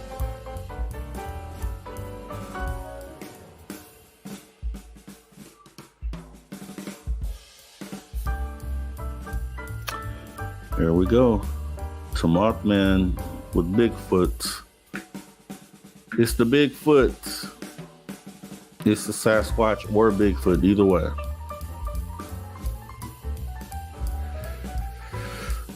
And so we'll tally these up here. Desolate One says, hey, you should do a show on female spotted cryptids. Okay, what are those? Never heard of those. Definitely glad to take a look at these, though. Don't worry about it. We'll do that. All right. Let's go ahead and take a look here. Let's see who takes it home tonight. Mothman is the reigning champ right now. So let me get this pretty clear so we can see what we're working with here. All right. Looks like Lightwalkers has one. Let's see. Okay, looks like one. Van Gogh has one. 2, 3, 4. Mothman has 1, 2, 3, 4, 5. Paranormal has 1. Potato Grouse has 1. So our winner and repeat trivia champion, back-to-back. I don't think we had a back-to-backer yet, but Mothman has claimed the back-to-back prize here tonight and is the trivia champion for the night. So we are basically about to get ready to wrap this up. Everybody throw emojis and thanks and all the great stuff onto Mothman for being awesome and retaining some of this knowledge. You know, these questions can come up at any time. Some other later time we do trivia, you may be asked the same question. So it's all about getting it in here. It's getting it in here. Our history, once again, is a big important part of what we do. You know, the mission that we're on to try to get this thing moved across the line. So you can talk to anyone about any of these subjects we're talking about tonight. And to Mothman, congratulations. So with that being said, we'll go ahead and fade out the music here so we can get ready to get down to business. Once again, filling in for Dave Scott for the night. Wanted to have Super Duke here for the last hour, but we didn't get him. But that's okay, because I'm sure he'll be back with the awesome Bigfoot report on the next episode. Okay, so with that being said, let me go ahead and jump in here and thank all of our super chatters for the night. We had a good deal of super chatters and supporters. I do appreciate it. So I want to thank T-Bone ×2. We got Deb from SAC ×2. We have Sir Brian Bowden. We have Miss Catherine Jones. We have Welcome to the Show. And then we have CS saying, thanks for filling in. It's been awesome. I do appreciate you guys hanging out today. Like I said, we had some great guests earlier today. So you definitely, if you missed that, definitely want to go back and rewatch that. Definitely great conversation. So what I'm going to do right here is give my pitch to all the space travelers, right? Because you guys are already space travelers. Take the extra step and just join the club. You can join the SOR Space Travelers Club for as little as $5 by joining our Patreon. We appreciate your support to all our viewers all across the globe. Thank you for tuning your frequency to Spaced Out Radio, where we always do what we do best. And what's that, you guys ask? I can't hear you out there. What's that? We own the night. You guys have a great rest of your night. We are anticipating Dave Scott being back in tomorrow. All depends on the weather. Until then, you guys have a great rest of your night. Take care.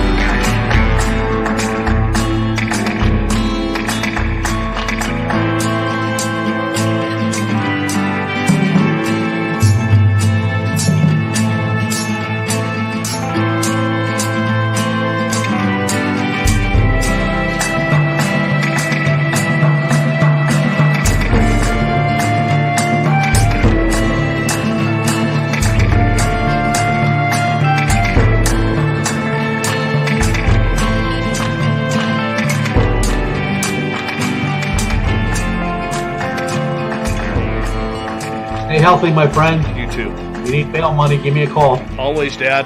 Take care. You too.